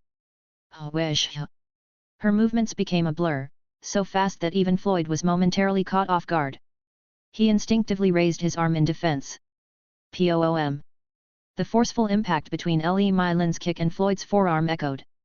In a surprising turn of events, it was Mylin who was forced to retreat slightly. Her eyes widened in disbelief at Floyd's undamaged arm. He had effortlessly deflected her powerful kick. She pondered, how is this possible? Even a black belt master would flinch and hurt from such a blow, especially when defending solely with their arms. Witnessing Floyd's seemingly unyielding strength, she couldn't fathom the depth of his physical capabilities. Her eyebrows furrowed, determination evident. "Youngest, now I'll truly give it my all." In a flash, she surged forward, leaping into the air to deliver a left-footed kick to his chest. Floyd instantly raised his arms in defense. As she used her left foot as a springboard, her right leg arced, aiming to ensnare his neck. Floyd, caught off guard once more, used his left elbow as a shield. Utilizing the momentum, Mylin coiled her right leg around his defending elbow. Her left foot found purchase on the ground, enabling her to exert force and attempt to topple him using her right leg. But to her astonishment, Floyd, although slightly off balance, pushed against her with his left elbow. In one swift motion, he tried to throw Mylin off him. However, she managed to disengage, retreating with an expression of bewilderment etched on her face. Even with her efforts, Mylin's power seemed insufficient to overpower Floyd. She wondered about his extraordinary physique. Even a black belt fighter would have been overwhelmed, yet Floyd managed to deflect her attacks effortlessly. She could discern that Floyd was likely truthful about his lack of martial arts expertise. His actions seemed more instinctual than trained. Skill-wise, she definitely had the upper hand. Yet Floyd's astonishing physical prowess made Mylin question the value of her years of training. In comparison, it appeared almost inadequate. Chen Yu, observing the fight, expressed his astonishment. Mylin's agility is very impressive. Her combat style seems reminiscent of Vietnam. Even skilled martial artists from our region would be caught off guard by such technique. Yet, she seems to have met her match in Floyd. Though not a martial artist himself, Chen Yu was informed about various fighting styles. Li Qin weighed in, her combat style prioritizes speed over sheer force, resembling Kung Fu in some respects. Chen Yu nodded, adding, "Yet, despite sacrificing power for speed, her strikes aren't to be underestimated. An average person, and even a trained fighter, would find it hard to contend with." However, the sheer physical strength and agility Floyd displays are off the charts. He mused on Floyd's all-around excellence, intelligence, charisma, physique. His only flaws might be his looks, but despite Floyd not having good looks as Kang Ji-hun or him, self-proclaimed, he was certainly above average in the looks department. Note, Floyd's looks resemble Lance. Back in the heat of the battle, Mylin unleashed her full might, attacking Floyd without restraint. She darted towards him, lowering her stance, and launched a high front kick with her right leg. Floyd promptly evaded and gripped her leg with both hands. In response, Mylin twisted leftwards, aiming a kick at Floyd's head with her left leg. Floyd released one hand to parry the kick, and as Mylin grounded herself with her both hands, she swept her right leg towards Floyd's neck, quickly followed by her left, in an attempt to destabilize him. However, despite the intricacy of her moves, they lacked the force to truly affect Floyd. As he prepared to seize both of her legs, Mylin adeptly placed her feet on Floyd's shoulders and executed a backflip to distance herself. Panting, Mylin stared intently at Floyd, her dignified expression was evident. Not only was his physical strength remarkable, but his reflexes were sharp too. He had successfully countered several of her complex techniques. Coupled with his immense strength, Floyd seemed virtually omnipotent. Challengingly, Mylin queried, "Why don't you fight back? Are you belittling me?" Floyd sighed, torn between choices. It wasn't that he was unwilling to engage, but he struggled to choose a technique. Reluctant to deploy Axu's fighting style, more raw aggression and barbaric style than refined martial arts, he nevertheless recognized the importance of responding to Le Mylin's challenge. All right, he resolved, this time, I'll take the offensive. Le Mylin braced herself, her focus sharp, anticipating his next move. What Floyd chose was primal yet effective. He shaped his hand into a claw reminiscent of a dragon and lunged at her, aiming the claw strike directly at Le Mylin. West. Le Mylin's reflexes kicked in. Taken aback by the speed of his approach, she rapidly lowered her stance, evading his strike. Swish! The onlookers could practically hear the gust created as his clawed hand sliced through the air, missing its intended target. Reacting swiftly, Le Mylin launched a counter. As she did, Floyd's hands, both formed into claws, swung downwards in her direction, a move reminiscent of the breaking swipe technique. Le Mylin narrowly evaded, but with a minor scratch on her cheek, drawing a droplet of blood. Floyd hesitated momentarily, considering halting his attack. But Le Mylin's voice, determined and clear, urged him on, continue. Anticipating her next move, Floyd raised his hands, parrying Le Mylin's right kick. He had studied her patterns, recognizing the kick as a mere precursor to a sequence of combination moves. True to his prediction, Le Mylin pressed on, thrusting her right leg again forward towards Floyd's chest, quickly followed by her left. As Floyd prepared to defend against her left leg, Le Mylin grounded it, using it as leverage to drive her right knee into Floyd's chest. Floyd already anticipated this as he used his next move. But the surprise came next. Instead of relying solely on kicks, Le Mylin reached out with her left hand, gripping Floyd's head tightly, and delivered a sharp elbow strike to his left cheek with her right elbow. This was a testament to the versatility of Vovinam, not just a series of leg moves like Taekwondo. The strike left a slight swelling on Floyd's face. It wasn't debilitating, but a reminder, never underestimate a true martial artist. Chapter 88, Wild Dragon. Floyd's demeanor shifted to one of seriousness. With swift intent, he lunged forward, employing his dragon claw technique. Le Mylin, having seen this move before, skillfully evaded. Screesh! That move is truly dangerous, Le Mylin reflected internally. As she readied herself to counter, Floyd, not allowing her the moment, immediately unleashed breaking swipe. Huiage! Le Mylin had anticipated this. She sidestepped to the right, noting a vulnerability on Floyd's side. She used her left foot to propel herself upward. With both hands gripping Floyd's head, she swirled her body to the right. As she did, Floyd's right hand claw swiped, narrowly missing where she had been moments ago.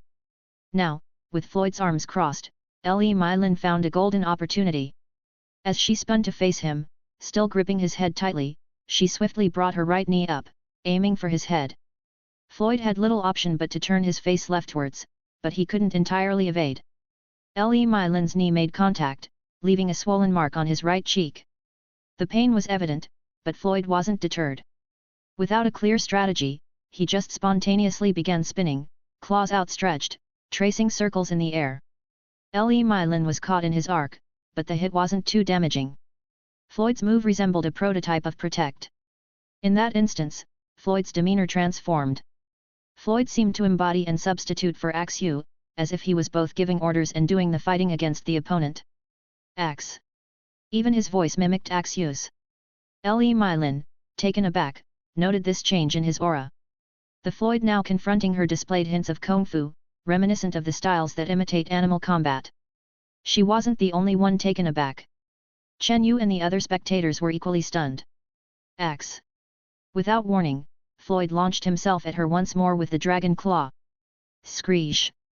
Having become familiar with Floyd's patterns, Le Mylin evaded, positioning herself in his blind spot, accurately predicting his subsequent breaking swipe. She saw an opening, and she initiated her counterattack. But as she reared back to deliver a kick, hoping to follow with a combo and grappled his neck, Floyd preemptively shifted into his protect stance, catching her on the waist. The move caught Le Mylin on her waist. Without pausing, Floyd pressed on, his dragon claw readied. Completely zeroed in and laser-focused on her, his gaze detected a subtle movement from Le Mylin. He instantaneously pivoted into protect move. His instincts were spot on. Le Mylin hadn't retreated far, she had sidestepped the strike to get close enough to grapple his neck. But Floyd's protect move sent her flying backward. The blow wasn't enough to keep Mai Lin down, and she quickly regained her footing. Floyd had already predicted her next move. She would begin running to disorient him, and when an opportunity presented itself, she would strike. In truth, their speeds were quite similar. Though Floyd might have been slightly faster, it was Mai Lin's exceptional flexibility and use of her body that gave Floyd challenges. It felt akin to facing an opponent who employs cheesy tactics like sleep powder, spore, substitute, leech seed, light screen, and reflect to outmaneuver their opponent. In an unexpected move, Floyd raised his right hand, gesturing in front of Mai Lin with taunt.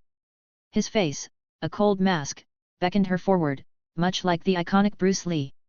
Unsure of the effectiveness of this taunt, Floyd acted on pure instinct. However, to those who were watching, this gesture painted Floyd as both supremely confident with arrogance, as if he was deliberately underestimating Mai Lin. Mai Lin's face tightened with visible anger. She was provoked. In a swift, calculated move, she lunged forward, but sensing an impending danger, she cleverly made it look as if she tripped, diverting to her left. Screesh! Like a phantom, Floyd instant appeared, his claw carving a fierce arc through the air. Without missing a beat, he surged towards her, his right hand, previously on the left, now swooping downward in a potent strike. Almost immediately after, his left hand mirrored the motion, slashing downward in a harmonious follow-up. Axe. The move mirrored the devastating force of breaking swipe. Mai Lin, with grace and agility, arched her body backward, narrowly evading the first strike. Sensing the subsequent blow from him, she fluidly softened her body, seizing Floyd's advancing left hand. Using this grip, she redirected her momentum to pivot to the right, her legs snapping up in a maneuver to ensnare Floyd's head. Just as she readied her right shoulder for a counter, a sudden whirlwind motion from Floyd introduced another assault, his signature spin, the protect move. For the third time, this move connected with Mai Lin. While its impact was softer than the brutal dragon claw or the sweeping breaking swipe, the damage was unmistakable. In the subsequent blur of motion, Floyd leaped with predatory intent, hand poised for another deadly strike. Mai Lin's instincts screamed, prompting her to sidestep with a dancer's grace before retreating to safety. Axe. This unfamiliar maneuver unfurled, reminiscent of the first impression move in its raw power. But Floyd wasn't done. Channeling his energy, he rocketed forward with such blistering speed that he seemed a mere blur, intending to ram into Mai Lin with a force resembling extreme speed or tackle moves. Mai Lin softened her body as she responded reflexively, going pliant to cushion the expected impact. She managed to regain her footing, but Floyd was relentless. With a swift motion, he pulled her left hand, yanking her off balance. Simultaneously, his right arm coiled around her waist in a python-like grip, hoisting and tossing her away as if emulating the rap move. Gasping, cough, Mai Lin absorbed the impact, scrambling to her feet. Yet, Floyd was relentless, unleashing a rapid sequence first impression, tackle, dragon claw. All Mai Lin did was dodge. She found herself struggling, continuously dodging Floyd's relentless sequence of moves. The scene was profoundly barbaric. Chen Yu, who was observing, shook his head. This style is hard to imitate. It's not merely about having immense physical strength, it also demands a mastery of both reaction and speed. It may seem a freestyle, but there's a complete set of move to his actions. A blend of offense with smatterings of defense and grappling. Surprisingly, Youngest has sculpted his own martial art, he continued, a hint of envy in his tone. As the clash persisted, Floyd's dominance became evident, rendering Mai Lin unable to mount a counterattack. Despite her impressive speed, she seemed a touch slower, slightly outpaced by Floyd's frenetic and barbaric tempo. The audience's mood shifted from excitement to unease, with even Jonathan, initially exhilarated, feeling overwhelmed by the wild intensity of Floyd's fighting style. Recognizing Mai Lin's diminishing stamina, Floyd hesitated, compassion evident. "Sister Lin, let's pause." His intention was clear, he didn't wish to further humiliate her. Drawing ragged breaths, Mai Lin shot back, a mix of exhaustion and defiance, "And you said you knew no martial arts." "I simply freestyle, emulating my beasts in combat." "It's impossible to know martial arts," Floyd explained hurriedly. This revelation left the audience, including Mai Lin, stunned. She inquired, "You've molded your fighting style after your beasts?" "Exactly. The resemblance in my style? That's Axu and Dratini for you," Floyd confessed, sheepishly blushing as he rubbed the back of his head. Li Mylin pondered this, admiration evident in her gaze. So, in essence, you've birthed a martial art inspired by your beasts. You can't really term it as martial arts, Sister Lin, Floyd countered. No, this definitely qualifies as martial arts. Remember, some kung fu originated by imitating animal movements. Youngest, you should name your style, Li Mylin suggested. Floyd paused, deep in thought. How about Wild Dragon style? Chapter 89, Prelude of the Trainer.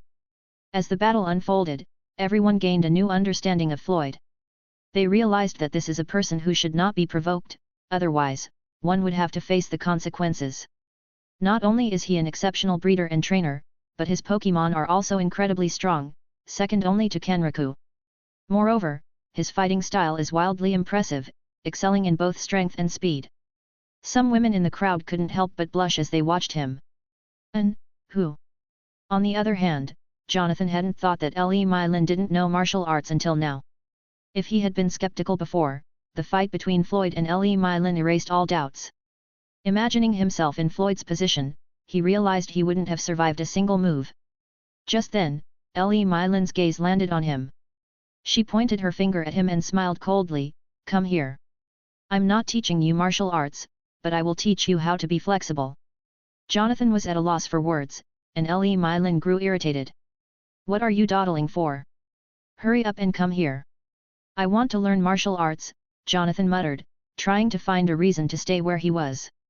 "What kind of martial arts do you think you can learn in a few weeks? Do you really think it's that instantaneous?" "You're delusional," Li Mylin snorted. "You said before that you're teaching us." Jonathan retorted, not willing to give in. "I'm teaching you to build a foundation with your body. Whether you want to take it further is up to you. But learning martial arts with your current physique, which is as weak as cotton. Practicing martial arts is just a dream," Li Mylin stated bluntly. "So, hurry up and come here, or would you prefer I come over there and drag you here myself?" she added. Left with no other option, Jonathan complied and joined the field. Li Mylin's lesson focused on teaching everyone how to move flexibly to avoid Pokémon attacks.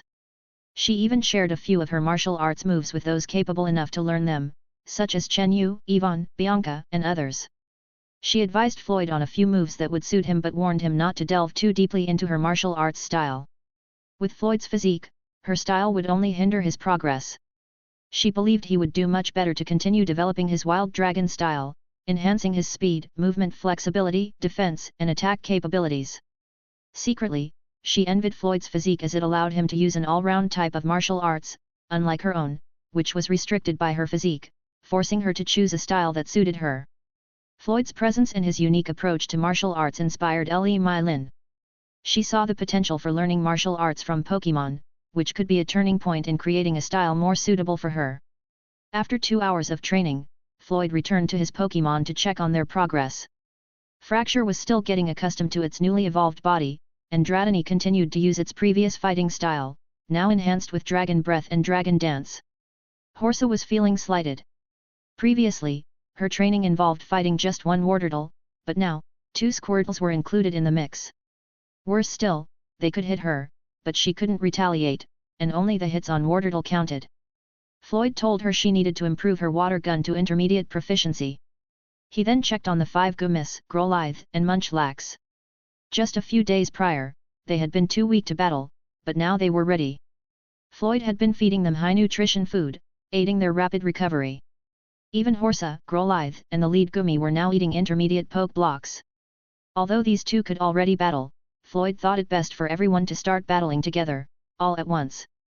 Reflecting on the past, Floyd remembered how long he had waited for Axio to build a solid foundation before starting to battle. If his memory served him right, it might have taken more than a month. Back then, he didn't even know how to make novice-grade poke blocks for Axio's nutrition and needed a simulator to create them. They had also faced many risks in the forest, fighting beasts just to get berries and points. Now that everyone here is about to battle, it's certain that in a few days, Floyd's points will skyrocket. After a few moments of hard work, he returned to the field. It was now his turn to teach them. He had 2 hours to share his knowledge about Pokémon, and everyone, including Kenraku, Blastoise, Suzuki Akiko, had gathered around. Floyd already knew every Pokémon each person had, so he took out his record notes and distributed them individually. He advised Blastoise that it was crucial to be aware of his surroundings every time he used Shell Smash. If he got hit during the move, the damage would be too severe.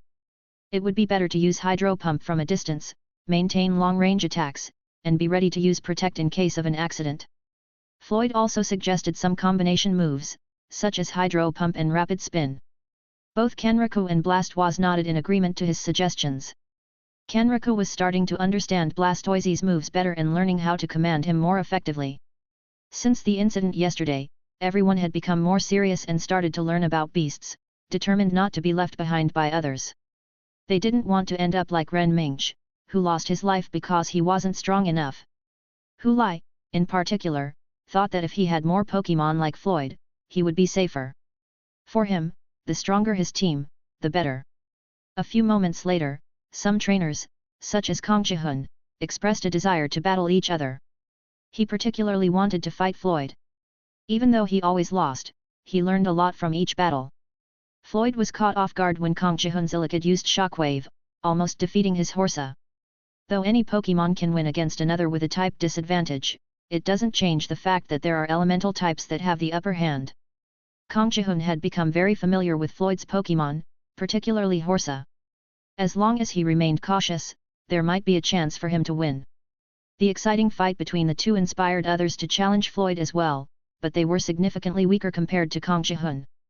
Kong Jihun was probably the one who had improved the fastest, ranking just behind Kenriku, Floyd, and Le Mylin. There was even a possibility that he might surpass Le Mylin given enough time. After 2 hours, Floyd took his Pokémon to Chansey for healing. Everyone was confused as to why he would go through the trouble of seeking Chansey's help when healing powder was available. Floyd simply shook his head when asked, even he didn't know why. It was just a habit he had developed from playing Pokémon games and watching the anime in the past, where he would always take his injured Pokémon to Nurse Joy. After half an hour, he returned to the safe zone. There were still tasks he needed to attend to with the wild Pokémon. However, upon his arrival, he was surprised to find Kenriku's disciples already there. He saw Ryota playing with Ekans, Squirtle, and Metapod, while Arbok kept a watchful eye on the humans. Arbok sensed the presence of many dangerous Pokémon in every direction and knew she needed to stay out of trouble. Upon spotting Floyd and his Pokémon, she became cautious and stepped back slightly. She wasn't the only one, the other wild Pokémon also turned their attention to him, and instinctively backed away. Chapter 90, The Hidden Power Within. Floyd didn't beat around the bush. He took the poke blocks one by one and threw them to each Pokémon. Taste it, Floyd commanded. Everyone hesitated, but Ursaring and Arbok were familiar with this smell. Wasn't this the delicious treat they had tasted yesterday? When Teddy Ursa, curious, was about to take one, Ursaring blocked him. Taste it, or I will kill you. Pick one. Floyd didn't waste any time on them, immediately using his food to bait them. He only needed 1 week to tame them, otherwise, they would have to return to the forest. This was his cash cow, how could he let them go? Hearing his warning, everyone felt pressured. I will count to 10 seconds. If you haven't made a decision by then, forgive me, but I will have no choice but to kill you here, Floyd stated coldly. 1, 2, 3, 4, he began counting. Seeing him counting, Ursaring took the initiative to eat, finding it as delicious as before. No matter how many times he ate this, he would never tire of it. Everyone soon followed, and they all shared the same sentiment as Ursaring, the food was delicious. They couldn't help but wonder if there was poison in it, but after a few minutes had passed and they felt nothing wrong with their bodies, they knew it was safe. How is it? Is it good? Floyd asked. Everyone hesitated but nodded. Although the man and his Pokémon in front of them were intimidating, they couldn't deny that the food was really good. I'll give you a choice. As long as you follow my instructions within a week, I will give you this food and will let you go back into the wild. How is it? Floyd proposed. Hearing what he said, most of the Pokémon reacted angrily. They were in the wild in the first place, it was these humans who had captured them. Why should they follow a human? It seems you don't understand your current situation. Right now. Fracture, come out, Floyd said calmly. Frasseur. Fracture's appearance oppressed them. Although Fracture didn't look scary, every time they remembered how this fracture had defeated Ursaring and Arbok yesterday, they realized its strength. Who's rejecting? Just a reminder, I don't care about any of your opinions. As long as you defy me within this week, you will face your own consequences, Floyd stated firmly. Here, listen to my instructions, within this week, you must follow what I say. As long as you follow me, I will let you eat this food 3 times a day. You must not hurt any human here. If I hear of any incident where any of you cause trouble, I will kill you. Lastly, as long as you fight my beasts here and win, I will give you a high reward of food. If you lose, I will also give you a few rewards. And if you get injured, I will heal you. Do you understand? Floyd explained, showing them the Figgy Berry and Oran Berry. Every wild Pokémon thought this man was an idiot because this was obviously a win-win situation for them. They saw no harm in it, except for the fighting. They still had a few worries, but once they complained, the fracture in front of them would certainly kill them. Seeing there was no problem, Floyd sighed in relief deep inside. Then, he started his arrangement. Each Pokémon actually had a use. Cherrim and Shiftry could use Sunny Day, Radon and Onyx could plow the land, Gloom provided saliva, Beedrill produced honey, Arbok supplied poison, Ursaring and Pidgeotto offered manpower for carrying heavy things or for delivering and spying, and the rest also made minor contributions to each other. Lastly, Floyd had a selfish intention, gaining points. But for now, on the first day, he didn't plan to fight them, afraid they would revolt. He started his training plan with his Pokémon. After that, he checked out his dragon power, called out Fracture, and went to a secluded area in the safe zone where no one could see them. Let's fight, Floyd suggested. Fracture.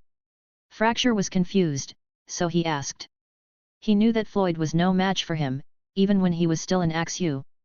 I just wanted to test something, don't worry about it, Floyd reassured him. Use your Dragon Claw. Floyd also activated his dragon power and then performed Dragon Claw himself. Fracture was a bit hesitant, but he still complied and used Dragon Claw. Bang! Their attacks collided, and Floyd was defeated. How is it possible? Floyd felt no difference from before. Fracture rushed toward him, concerned. Fracture, did you feel something different when we collided? Floyd asked him. Fracture was confused by the question and shook his head. He explained that there was only a bit of violent energy, which was Floyd's dragon power, but besides that, there was nothing. I don't believe it. I'm sure I really felt something different at that time. Floyd still remembered when he fought Le Mylin, and it seemed like a power had awakened from his body. Let's do it once again. This time, don't use your dragon move, we'll just fight normally, Floyd instructed him. Fracture nodded. Let's go, Floyd rushed towards him. Bang! Bang! A few moments ago, Floyd's hand had been bruised by the clashes, yet he still felt nothing. Fracture suggested stopping, but Floyd was really unwilling to give up, so he poured some healing powder on his hand. Let's do it once again. This time, you just defend, and I will initiate the attack, Floyd instructed. Then he activated his dragon power and used his moves one after the other on Fracture, Dragon Claw, Breaking Swipe, First Impression, Tackle, etc. And as the moments passed by, Fracture suddenly felt something and screamed a bit. What is it? Did you feel something? Floyd looked at him expectantly. Fracture nodded and explained what he thought. It seemed like a violent energy was conflicting with him. This must be it. Dragons also suppress dragon types, Floyd exclaimed excitedly. He had already tried this method before, but just like what happened earlier, there were no other effects besides it being violent. So, to unlock this energy, I need to fight more. This must be the requirement. But it takes too long before it's activated, Floyd shook his head, but he was still quite happy that he discovered something new about his power. He had thought before that his body was already at its peak, and he didn't expect that it could still be improved, which was surprising to him.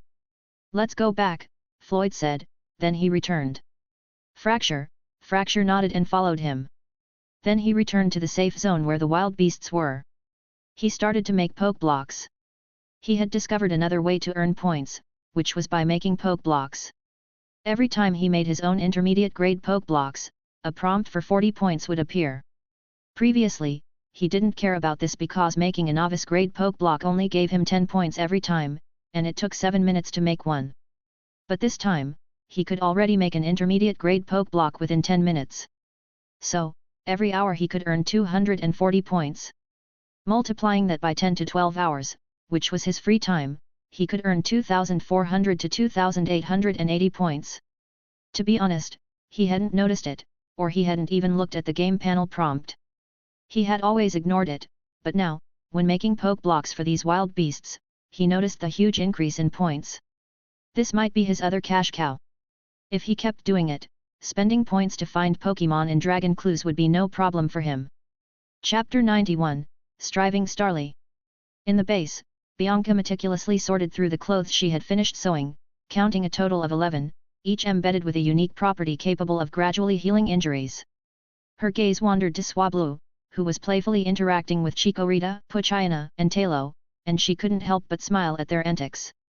As she moved on, her attention shifted to the safe zone, where she noticed Dratini engrossed in its training. Her eyes then found Floyd, tirelessly crafting poke blocks.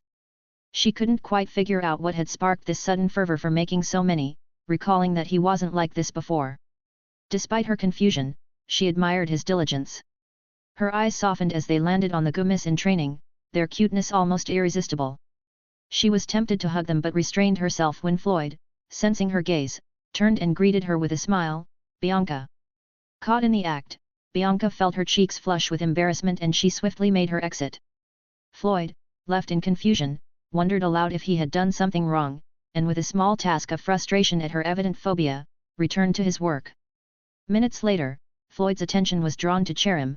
He needed to confirm its ability to perform Sunny Day. Meanwhile, Bianca, still recovering from her hasty retreat, heard an unusual noise near the trees. Moving silently, she investigated and discovered Starly relentlessly training, crashing into a tree using tackle, her body battered and bloody. With every hit, Starly's strength waned, but she pushed on, driven by the memory of watching Floyd's training sessions and her desire to become strong. She longed to join in but hesitated at the sight of Hu Tianyi, recalling his previous words. Her determination to protect her former master fueling her, Starly continued her self-imposed training, ignoring the pain and dizziness. That was until Bianca, unable to watch any longer, rushed to her side, scooping up her frail body and soothing her, "Star. Starly, what are you doing? You're hurting yourself!" Bianca cried, cradling the injured Pokémon in her arms. Realizing the severity of Starly's condition, she wasted no time, rushing to get help. On her way, she crossed paths with Suzuki Akiko. "Bianca-san, what's going on?" Suzuki, initially on her way to fetch her nephew, stopped in concern at the sight of Bianca in distress, cradling an injured Starly. "Suzuki sister, it's Starly. She's hurt. I need to get her help," Bianca hurriedly explained, continuing on her way. "Wait, Bianca-san. After the meeting, we're all going to the hot springs, including Le Mylin. Don't forget to join us," Suzuki called after her. "Got it," Bianca responded, her focus solely on getting Starly the help she needed, leaving Suzuki in mild shock at Bianca's uncharacteristically normal response. She can actually speak normally. Finally reaching the safe zone, Bianca handed Starly over to Chansey, who was taken aback by the extent of Starly's injuries. As Bianca explained what had happened, Chansey's expression turned from shock to sadness, and she immediately set to work healing the injured Pokémon. Bianca and Happiny assisted, gently administering healing powder to Starly's wounds. Moments later, Starly's condition stabilized. Though still unconscious, she was out of immediate danger, prompting a sigh of relief from Bianca. However, her relief was short-lived as she remembered the clothes she needed to deliver to Kenriku before the meeting. With no time to spare, she excused herself and rushed to the laboratory. At 5 p.m., Floyd and the others gathered in the meeting room, ready for the briefing.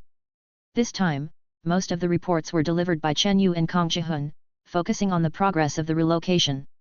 The efficiency of the workforce had soared by 200% thanks to the help of the Pokémon, marking a significant improvement in their operations. Kenriku proceeded to distribute a book to each individual present. When they observed the title, Beasts Encyclopedia, and began to scan the list of authors, their brows furrowed upon encountering the name Lance. "Who is Lance?" Jonathan inquired. "Youngest's name isn't listed here, so it must be him," Chen Yu deduced.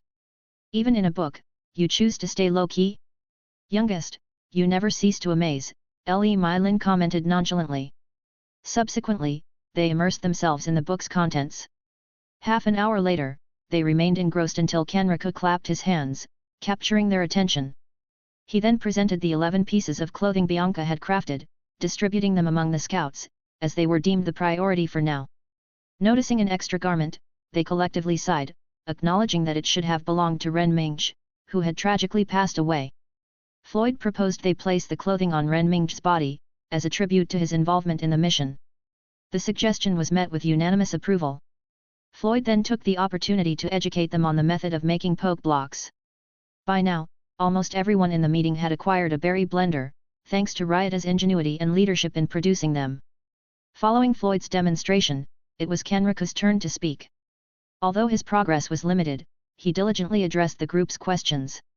With that, the meeting concluded. As the participants dispersed, Floyd encountered Swablu, who seemed distressed, her face stained with dirt and tears. Concerned, he asked, "What happened?" While embracing her. "Tweet, Brother Floyd, you must avenge me. I'm so hurt." "Don't be biased just because he's your own." "Wait, what do you mean?" "My own? Who?" Floyd asked, trying to understand. "Tweet, Brother Floyd, little brother beat me up, hoo-hoo. Look at my injuries, you must avenge me." All right, I'll give him a spank when I see him," Floyd reassured her with a helpless smile, aware that Swablu was probably referring to Dratini, and assuming she might done something naughty. "If you just focus on your training, Dratini wouldn't be able to beat you." "Look, he's already catching up," Floyd advised. "Tweet, training is hard," Swablu complained. Floyd, feeling helpless, let her fly away before leaving himself. Elsewhere, Bianca was approached by Le Mylin and Huang Maithuang, who invited her to join them at the hot springs. "Sister Suzuki invited us to the hot springs. Let's go," Le Mylin urged. "I see," Bianca responded with a nod. "Come on, let's go," Huang Maithuang, the girl with short hair, encouraged, pulling Bianca along with them. After Bianca had rinsed off at the hot springs and was about to join the others in the bath, she overheard a conversation. "Sister Suzuki, is there something going on between you and the professor?" "You know what I mean," Le Mylin's voice rang out, clearly in a gossiping mood. Bianca, already blushing from the nature of the conversation, silently entered the water. What are you talking about, Miss Le?" Suzuki stammered, her face turning red. "Suzuki sister, you can call me Mylin or Sister Lin." "Hehe, you're clearly blushing. There must be something going on, right?" Le Mylin pressed, not willing to drop the subject. Suzuki fell silent, her embarrassment evident. "There is something, isn't there?" Le Mylin persisted. With her face in her hands, Suzuki's face was all red. "Sister, speaking of the devil, someone just came in," Huang Maithuang whispered to Le Mylin. "Oh? Who is it?" "Bianca? When did you get here? Why didn't you say anything?" Le Mylin greeted Bianca enthusiastically, only to exclaim in surprise, "Whoa, your meat are so big." Chapter 92, Girls Talk. Seeing Le Mylin rushing towards her, Bianca wanted to step back, but it was too late. Le Mylin had already caught her. Le Mylin pressed her mountain to Bianca's back, and then she held Bianca's mountain. "No," Bianca blushed as she struggled, but her strength was not comparable to Le Mylin. "This is too big. Is it a C cup or D cup?" "Oh, that's right, Bianca, how old are you?" Le Mylin asked as she continuously held Bianca's mountain from behind. "Si Sister Lin, can why you stop?" Bianca's face was redder as she stuttered. "Hehe, no, answer my question first," Le Mylin cheekily said. "I also wanted to know." Huang Maithuang also rushed towards Bianca and joined the banter. Suzuki Akiko sighed in relief as the topic shifted away from her. Meanwhile, Aizawa kept silent and didn't dare to provoke her sensei, but she was envious looking at Bianca's chest and sighed. There was no justice for flat chests. "Hey, what are you talking about?" Chen Xin, a petite girl with long black hair, also appeared with Li Qin and Xin Yuexin, and they slowly entered the hot spring. "We're talking about Bianca, look at her mountain," Le Mylin said, pressing harder. "And no, Sister, I'll go." Bianca's face was red as an apple, she was extremely embarrassed seeing many people coming and was about to run away. But then she crashed into someone's leg. "I'm sorry, I'm really sorry," Bianca kept bowing her head and apologized embarrassedly. "What are you doing?" Choi Yurine also appeared with Ojuwon. She looked confusedly at Bianca and asked. I'm sorry, Bianca continued to keep her head bowed in embarrassment. No, you don't need to apologize, it's not a big deal, Choi Yurine also waved her hand and said. Then two hands grabbed Bianca's body. Bianca, where are you going? We haven't finished yet, Le Mylin takes her back. Sister, no, Bianca struggled. Choi Yurine looked at them and then slowly entered the hot spring with Ojuwon. Bianca, don't be a killjoy. We're all here. If you're leaving, are you disregarding us? Huang Maifuang chided. This, Bianca hesitated at her words. Whoa, it's really big, Chen Xin exclaimed as she looked at Bianca. Everyone followed her gaze and stared at Bianca. Bianca found herself in the hot seat, her embarrassment intensifying. She even considered digging a hole to hide in as a means of escape. The girls' conversation grew increasingly heated. So, you're 16? And they're this big already. What will happen when you get a husband, will they get even bigger? Le Mylin teased. It might have the potential to reach E or F cup, Huang Maifuang added, fueling the conversation. Stop embarrassing her. Look at her now, she's beet red, Suzuki interjected, taking Bianca into her arms. Husbands are a long way off, but what about crushes or a boyfriend? Xin Yuexin, a girl with long brown hair, joined in the teasing. Oh, since you suggested it, why don't we start with you, Le Mylin said with a smile. At this point, Xin Yuexin regretted her decision, realizing too late that she had become the center of attention. No, why start with me? We should start with the youngest first. Chen Xin and Bianca are both 16, they should go first. Xin Yuexin tried to deflect, pointing the finger at her friend, Chen Xin. Xin Yuexin. You dare to sell me out? Chen Xin exclaimed, rushing toward her. Let's start with Bianca then. There are 3 men in your group, Jonathan, Yvonne, and Floyd. Who do you think you like? Huang Maifuang suggested, turning the attention back to Bianca. It should be youngest, right? Le Mylin interjected, with a knowing look. Hearing this, Bianca's face grew even redder. Or could it be Yvonne? Le Mylin expressed confusion before suggesting another name. At the mention of Yvonne, Bianca's expression returned to normal. Jonathan? No way, that hippopotamus? Humph, Le Mylin snorted dismissively at the mention of Jonathan. And as expected, Bianca's expression remained unchanged.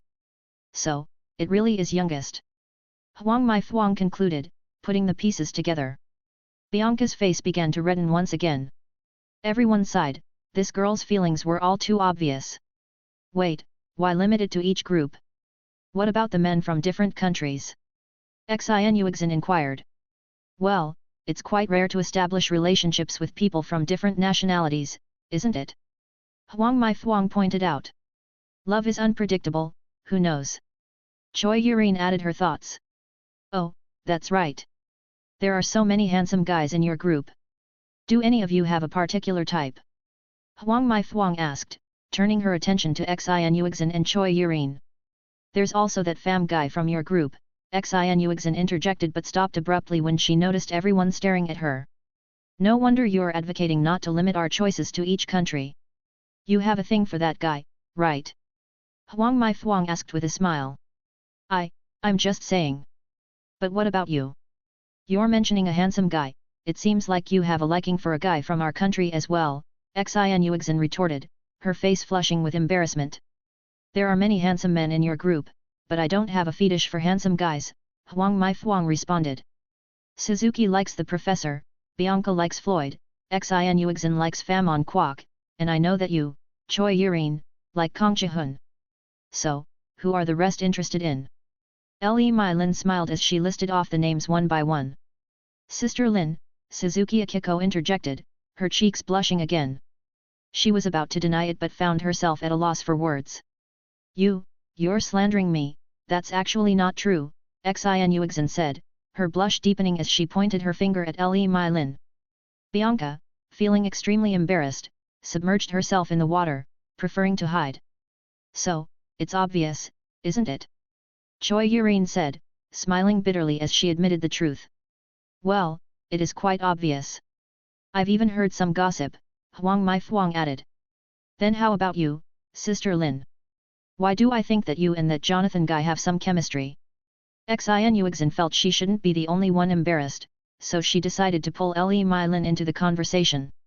Hey, out of all the men you could have thought of, you really mentioned that hippopotamus, Le Mai Lin snorted disdainfully. Why? I feel that you both have chemistry, Choi Yurine said with a teasing smile. Chemistry, my ass.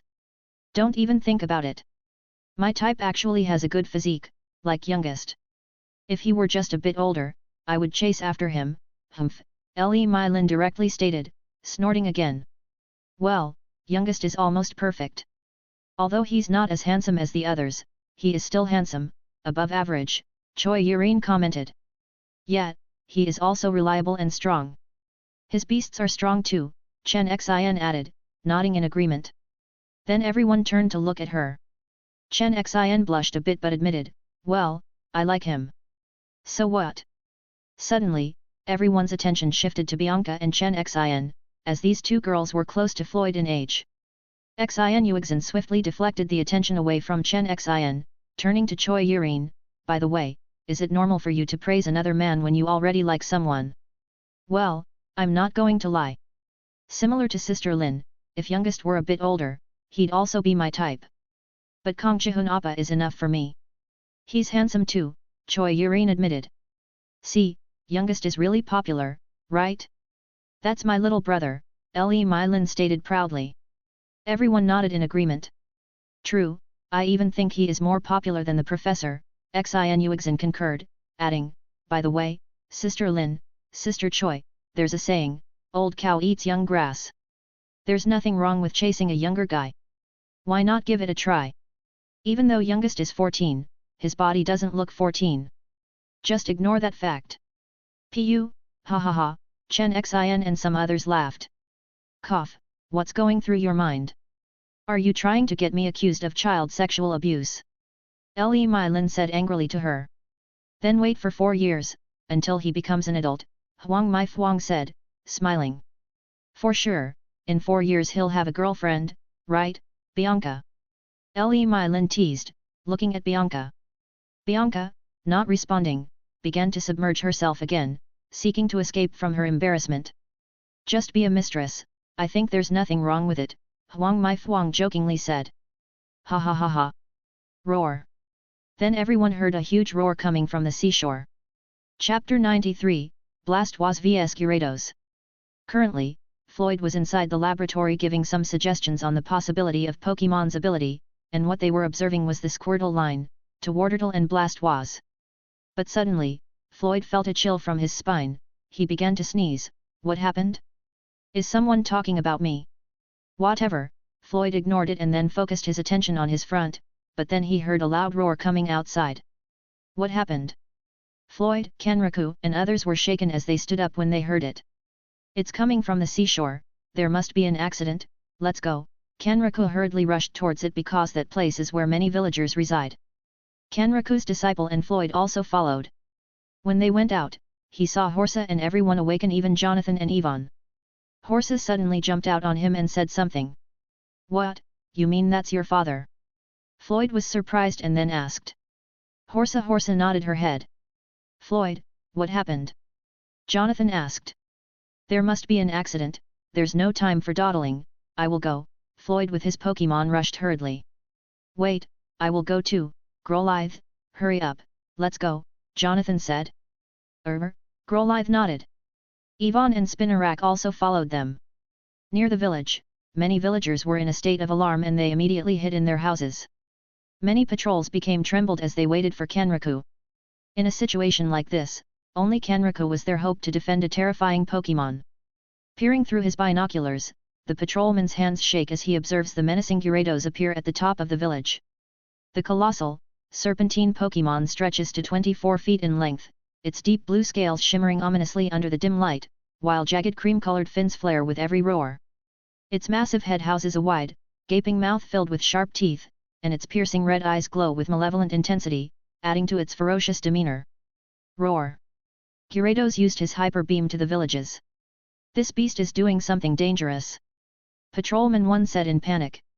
We can't do anything about it. Patrolman 2 were desperate as he held his head in fear. Where is Kenriku? The village head asked. We don't know, he must be on that base, the patrolman 1 said. Go to him, the village head said. But there's a lot of beasts there, the patrolman 1 said fearfully.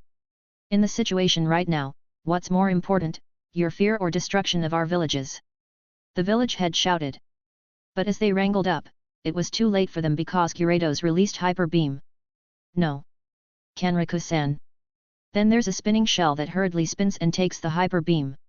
It's Kenriku's Blastoise, and it used the shell behind his back to activate Protect move. It's the Lord Blue. Patrolman 2 celebrated, he knew Kenriku had appeared. Blastoise. It's you. No, you must be his father. Blastoise recognized the Gyarados appearance, but he felt the demeanor of the guy in front of him was stronger and the size was a bit bigger. So he concluded that this guy must be the young Gyarados' father that the latter always mentioned. Blastoise looked at Gyarados with fighting intent. He rarely fought an opponent that's similar to him, the last time he remembered was a strong Fearow that he defeated more than half a year ago. So, he was lonely. And now, he felt even more stronger, especially when he woke up from the almost dead state more than a week ago. Roar, is it you who dare to call me serpent? Gyarados said. Blastoise, what the hell are you talking about? Blastoise was confused. Roar, enough pretending, my son already said it. Since you're courting death I will give you one. With a deep roar, Gyarados reared back, summoning the power of the oceans as it prepared to unleash his hydro pump. Simultaneously, Blastoise, steady and determined, tucked into its formidable shell, channels his own hydro pump. In an explosive moment, both Pokémon unleashed their hydro pumps, with powerful jets of water surging forward with tremendous force. The two streams collided mid-air, creating a spectacular display of water and energy, with the air sizzling with intensity. The mighty attacks held in a tense deadlock for a few heart-stopping seconds, with neither Pokémon yielding. However, Blastoise's determination shone through. With a mighty bellow, it pushed harder, its hydro pump intensifying. The water jet grew stronger and more forceful, gradually overpowering Gyarados' attack. Bang! Gyarados flew back a few meters, disbelief evident on his face as he realized he had lost the battle. Roar! Unwilling to accept defeat, he rushed towards Blastoise, using his Aqua Tail, while Blastoise started to spin around in his shell, using rapid spin. Bang! Blastoise was smashed to the ground. Feeling confident, Gyarados rushed again towards Blastoise, this time using Thrash. Blastoise, however, stood up from the ground and jumped towards Gyarados, countering with Skull Bash. Bang! They collided again, Gyarados' tail was deflected, and Blastoise landed a hit, causing Gyarados to take significant damage from the Skull Bash. Gyarados roared again, changing the trajectory of his tail and moving it upward before smashing it towards Blastoise. Bang! Blastoise was hit and got smashed to the ground. But Gyarados was not finished yet, he used his last Thrash move towards Blastoise. Bang! Blastoise felt pain from that attack. Then, Gyarados, still not finished, used Crunch towards him. But with exact timing, Blastoise used his Protect move. Although he managed to defend against the attack, his feet struggled as he put a lot of pressure on Gyarados' attack. But this time, a strong surge of water came out from Blastoise's body. He controlled his Torrent ability. Torrent ability activated. Feeling a lot of pressure, Gyarados stepped back and summoned a torrential downpour with Rain Dance, hoping to amplify his hydro pump. However, he failed to consider that Blastoise, also being a water type, would benefit from the rain. As they unleashed their hydro pumps, the powerful jets collided with incredible force. But Blastoise's unwavering determination and strength prevailed. Gyarados' plan backfired as his hydro pump was overpowered, and he was left drenched and smashed by the water. Meanwhile, Blastoise stood tall, panting but victorious once again. Roar! Gyarados emerged from the water, looking seriously at Blastoise, his demeanor now dignified as he acknowledged Blastoise's strength. Both Pokémon were panting heavily. Left with no other option, Gyarados started spinning in the air, using Dragon Dance. Seeing this, Blastoise frowned. He knew what Gyarados was planning to do, and so he smashed his shell as he used his Shell Smash move. After 3 seconds, Gyarados completed his Dragon Dance. Feeling confident in his newfound strength, he rushed towards Blastoise, attempting to use Crunch. But Blastoise was ready and responded first with a Hydro Pump. With the buffs from Rapid Spin, Rain Dance, Torrent, and Shell Smash, Blastoise was at his peak. Gyarados was once again smashed by the water, but he was unwilling to give up. He rose up from the sky, starting to spin, planning to use Dragon Dance for the second time. But Blastoise would not let him. Blastoise used his Hydro Pump towards him. Bang! Gyarados was smashed again by the water. For him, this had to be the most shameful experience of his life, especially since his son was watching from just a few meters away. And indeed, the young Gyarados saw the scene from a few meters away. He was in disbelief seeing his father lose. He looked at the big blue turtle Blastoise and remembered how he had been suffered more than a week ago. His body shivered at the memory. This blue turtle was terrifying. Then he heard his father shout, "What the hell are you looking at? Come out and help me!" Chapter 94, Rematch, Fracture vs Gyarados. What? The young Gyarados found himself in a state of confusion, trying to process what his father had just conveyed to him. Helping him in a fight against Blastoise? Was this some kind of joke? He couldn't muster the courage to face off with the formidable blue turtle. The elder Gyarados, sensing his son's reluctance, issued a stern warning, "Roar, if you're not going to assist me, then I'll have no choice but to punish you myself." Trembling slightly from his internal turmoil, the young Gyarados felt a surge of helplessness but ultimately decided to rise up and position himself behind his father. His stance seemed to communicate a silent message: "You take the lead in the attack, I am merely here to back you up." From their vantage point, Blastoise could see the two Gyarados preparing for the confrontation, and he couldn't help but feel a sense of unease. Engaging in battle with the more formidable of the two was within his capabilities, but the addition of the younger Gyarados to the fray despite his relative weakness would undoubtedly complicate matters. The two Gyarados then simultaneously unleashed waterfall attacks from both the left and the right. Blastoise found himself in a precarious situation, uncertain of which opponent to target. Attacking the younger Gyarados would leave him vulnerable to the elder, and vice versa. Another strategy he considered was employing Hydro Pump in a spinning motion, a tactic he had successfully executed against 5 helicopters just over a week ago. However, he was acutely aware that the power of Hydro Pump would be diminished, divided between the two assailants. Left with little choice, Blastoise directed a straight Hydro Pump towards the left, aiming for the elder Gyarados, and braced himself for the imminent attack from the younger one. The powerful water jet struck the elder Gyarados head-on, while the younger Gyarados was poised to hit Blastoise with his waterfall.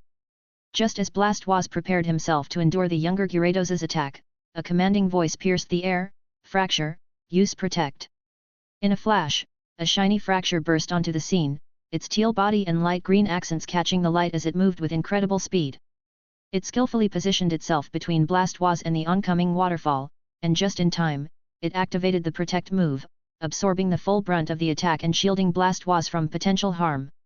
Kenriku, his disciples, Floyd, Jonathan, and Yvonne had arrived at the scene. "Long time no see, Gyarados. I've been looking forward to this," Floyd declared, locking eyes with Gyarados, his gaze filled with a fiery determination. "Roar, it's you, the weak human," the young Gyarados retorted angrily, swiftly advancing towards Floyd with a crunch attack. "Fracture, use Claw," Floyd commanded. Responding to its trainer's call, Fracture engaged its Dragon Claw, colliding fiercely with Gyarados. With a loud crash, both Pokémon were forced to retreat a few steps back. "Hey, Gyarados, why the hostility? Don't you miss us? Your sister? Don't you want to stay with us and enjoy delicious food? I've prepared a feast, and it's even tastier than before," Floyd tried to reason, taking out a bag of prepared food from his backpack. Mention of food immediately caught the young Gyarados' attention, his eyes lighting up with interest. "Roar, really? You're not lying." However, his excitement was short-lived as he felt a chilling glare from behind. He knew all too well it was his father watching. Trying to save face, he snapped back at Floyd, "Roar. You weak human, shut your mouth. There's no way I'd fall for your tricks." Floyd couldn't help but roll his eyes. Just moments ago, you were interested, and now this sudden change of heart? This young Gyarados sure is cunning. Floyd then shifted his attention to the elder Gyarados, quickly scanning his stats.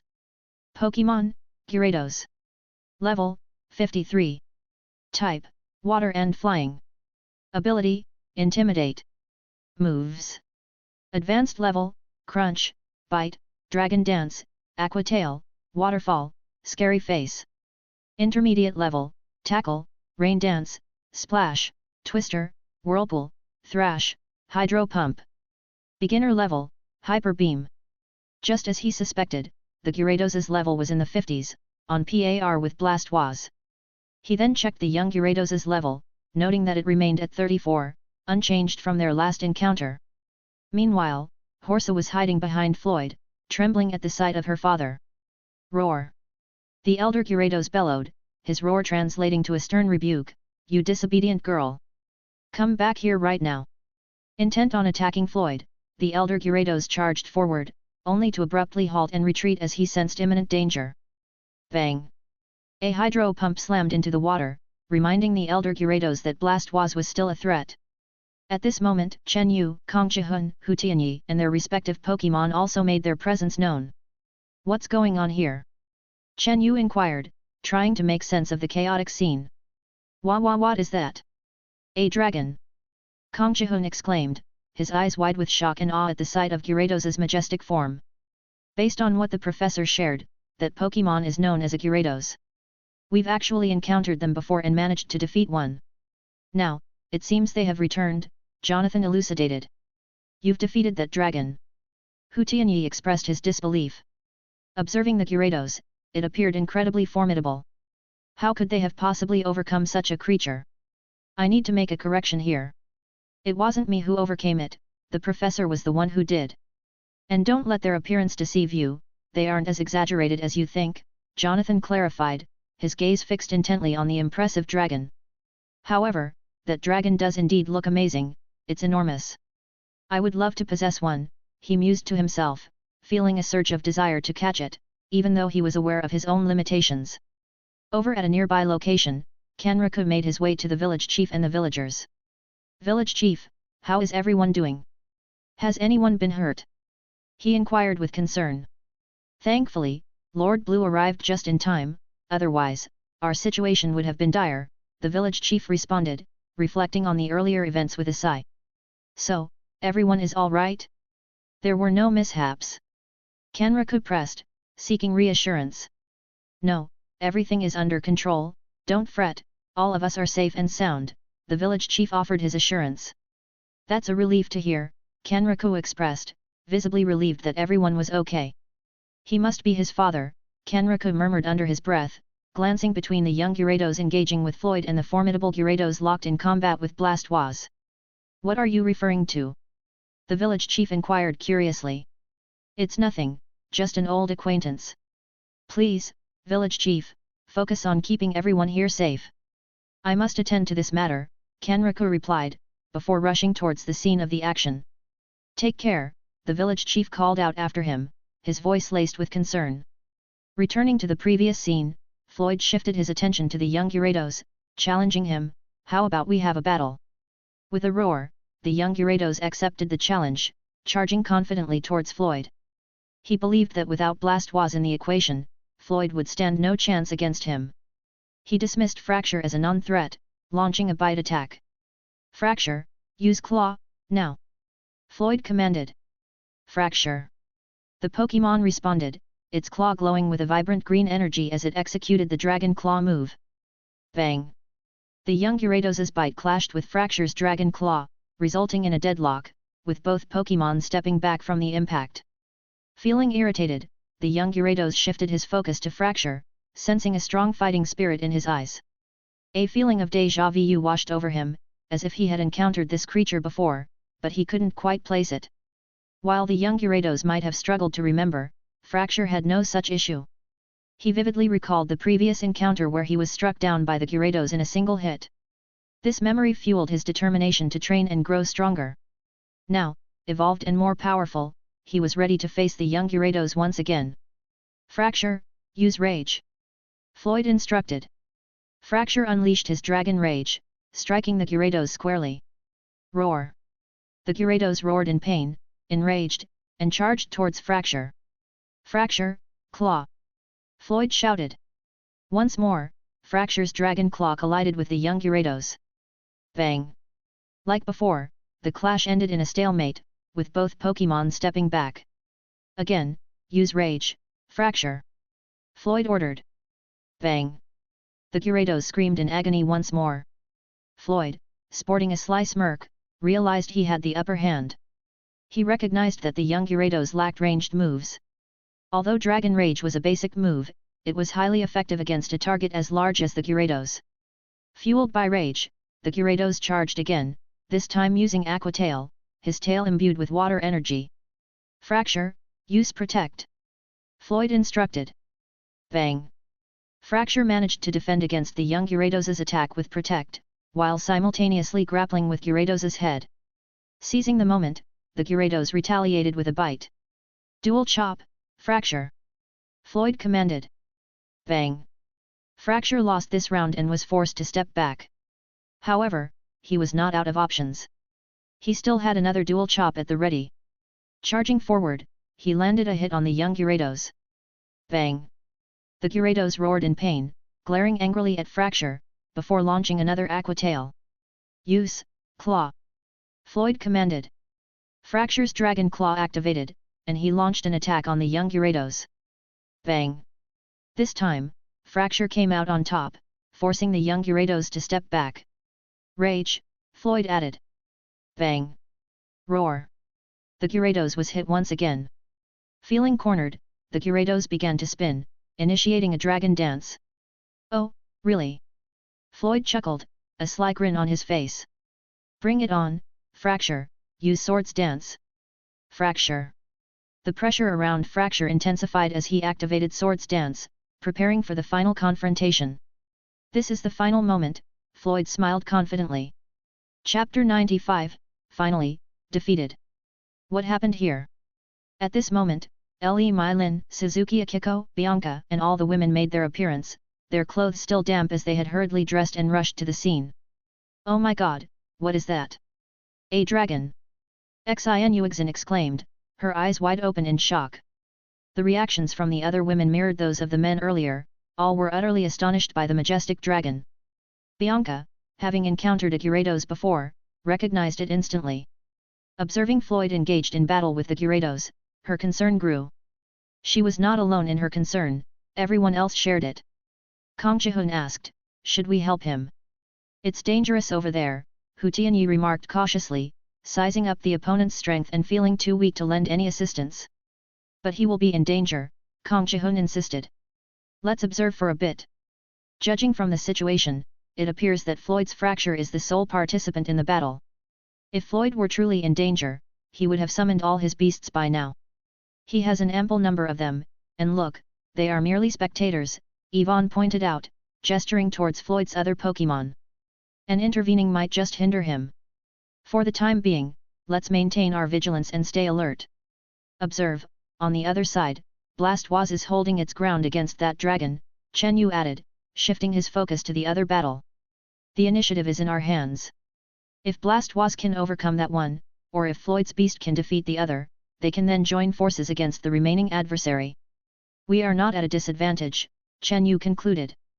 But be ready. The moment someone is at a disadvantage, we must spring into action to rescue them, Kang Jihun instructed. Got it. Everyone responded in unison, nodding in agreement. Oh, really? Floyd chuckled, a sly grin on his face. Bring it on, Fracture, use Swords Dance. Fracture! The pressure around Fracture intensified as he activated Swords Dance, preparing for the final confrontation. This is the final moment, Floyd smiled confidently. Roar! The Gyarados finished executing its move and charged towards Fracture, attempting to land a bite. Fracture, unleash your strongest attack, Claw! Floyd commanded. Frasur! Fracture roared back, his claws emanating a powerful green energy as he executed Dragon Claw, its power amplified by Swords Dance. Bang! Roar! The Gyarados screamed in pain, its head spinning, its consciousness fading. Last shot, Rage, Floyd instructed. Fracture readied his dragon rage, but he was interrupted by a loud roar directed at him. Roar! Seeing its son on the verge of defeat, the other Gyarados roared at Fracture, as if trying to intimidate him. Fracture paused momentarily, but Floyd, noticing the hesitation, shouted, "Don't stop, continue." Fracture unleashed his dragon rage, while the Gyarados, blinded by rage, charged toward him. But then, a powerful jet of water struck the Gyarados. It was a hydro pump. Bang! Despite the Gyarados' intense pain and dizziness, it attempted to rise, only to be met with Blastoise standing in front of it, readying another hydro pump. Simultaneously, Fracture's dragon rage made contact with the young Gyarados. Bang! Bang! Both Gyarados collapsed, losing consciousness, one sinking into the sea, the other floating on the surface. Ding! Congratulations on defeating Gyarados. Plus 30 points. Horsa, concerned about her brother and father, expressed her worry. Floyd reassured her, "Don't worry, they will be fine. We won't kill them." Horsa felt a wave of relief wash over her, completely trusting Floyd as she snuggled against him. Meanwhile, Blastoise dove into the sea, intending to retrieve the Gyarados. Back in Kame Village, 6 orphaned children had sneaked out to witness the battle unfold. They had seen everything from Blastoise's defensive stand against the Gyarados, to Fracture's protective efforts for Blastoise, and finally, the collaborative victory over each Gyarados. The leader of the group, his eyes shining with admiration, watched intently as Floyd commanded Fracture in the battle against the formidable dragon. Trembling with excitement, he thought, "Awesome, I want to be like him. I want to be like him. He's so cool." "But Yuaki-kun, it's so dangerous," a timid child remarked, his eyes wide with a mix of fear and awe as he observed the battle. "What are you scared of?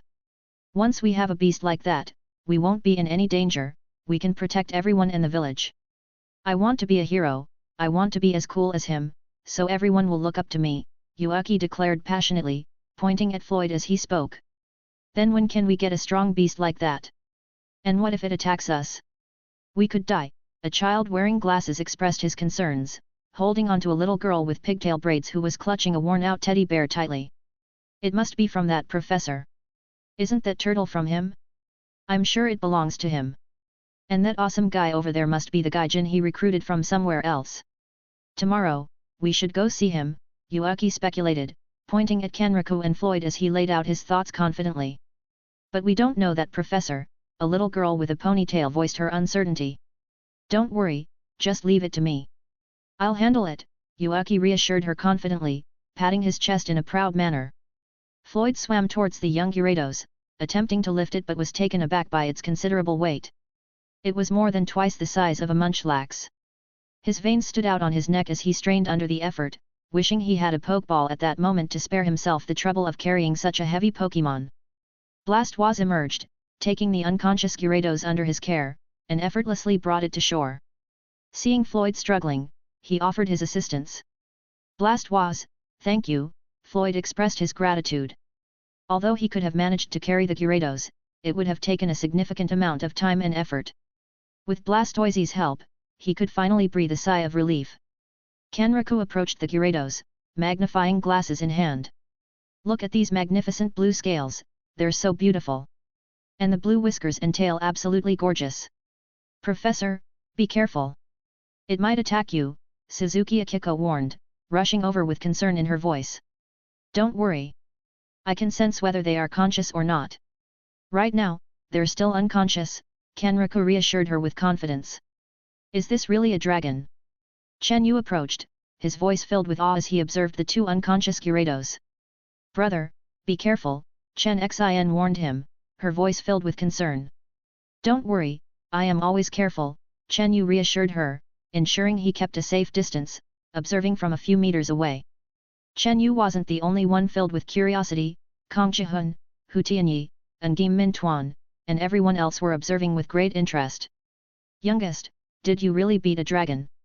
Kong Jihun asked, still finding it hard to believe, even though he had witnessed it with his own eyes. A small Fracture had managed to defeat a giant, dragon-like Gyarados. It was a scene that was hard to imagine. "That's because we trained a lot. You never knew, back when my Fracture was still an Axew, he couldn't even land a hit on this Gyarados and lost the battle. But now we've won, right Fracture?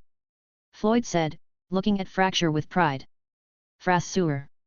Fracture responded, nodding proudly. For him, this victory was his greatest achievement yet. Dratini, feeling a bit sour, wondered if evolving really did make Pokémon stronger. He pondered about how much more powerful he would become if he evolved into a Dragonite.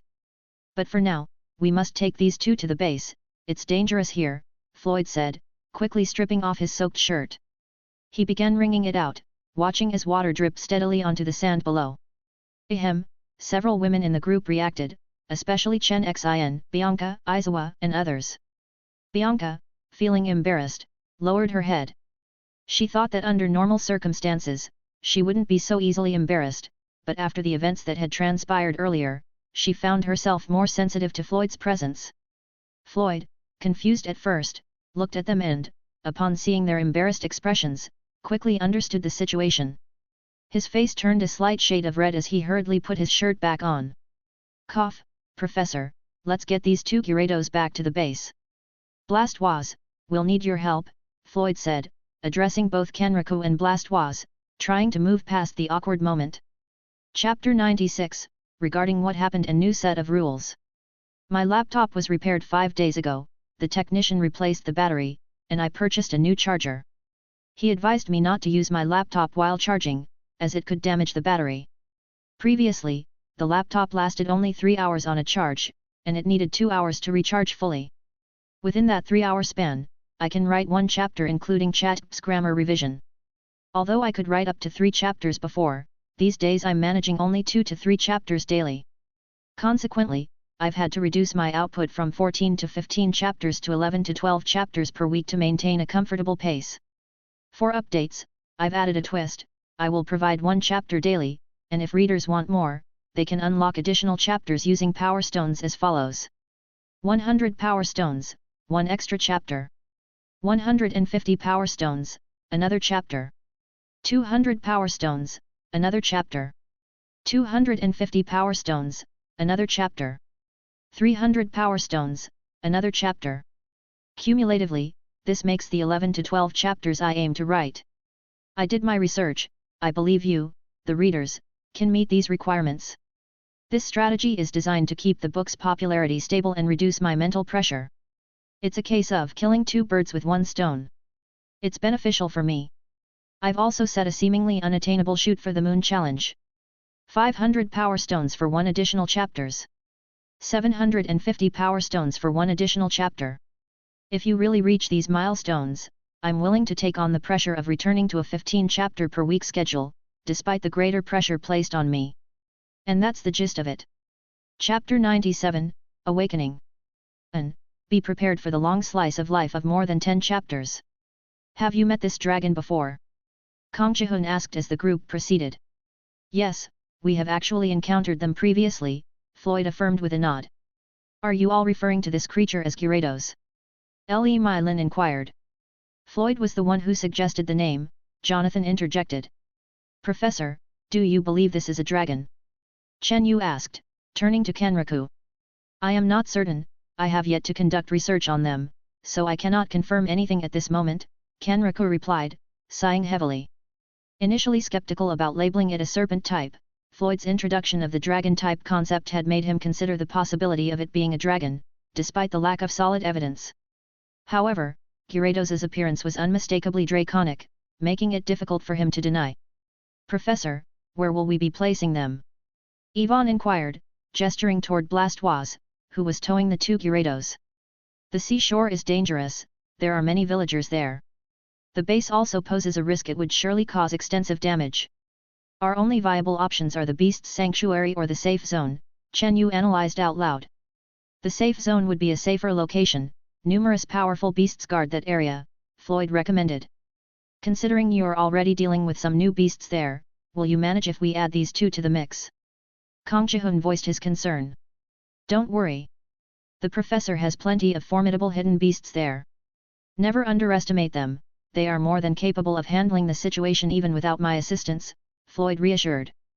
Just as Floyd has said, there's no need for concern about placing them in the safe zone, Kenriku affirmed, nodding in agreement. Moments later, they arrived at the safe zone, where numerous Blastwazes, Wartortles, and other Pokémon were stationed. Kenriku's Blastwaz was the only one that had appeared in the village because the rest were tasked with guarding the new wild Pokémon here. The group cautiously observed their surroundings, careful not to cause any disturbance.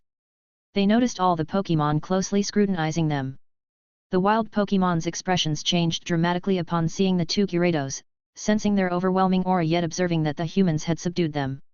Don't provoke them, just endure for 1 week, and then we can leave, they collectively thought.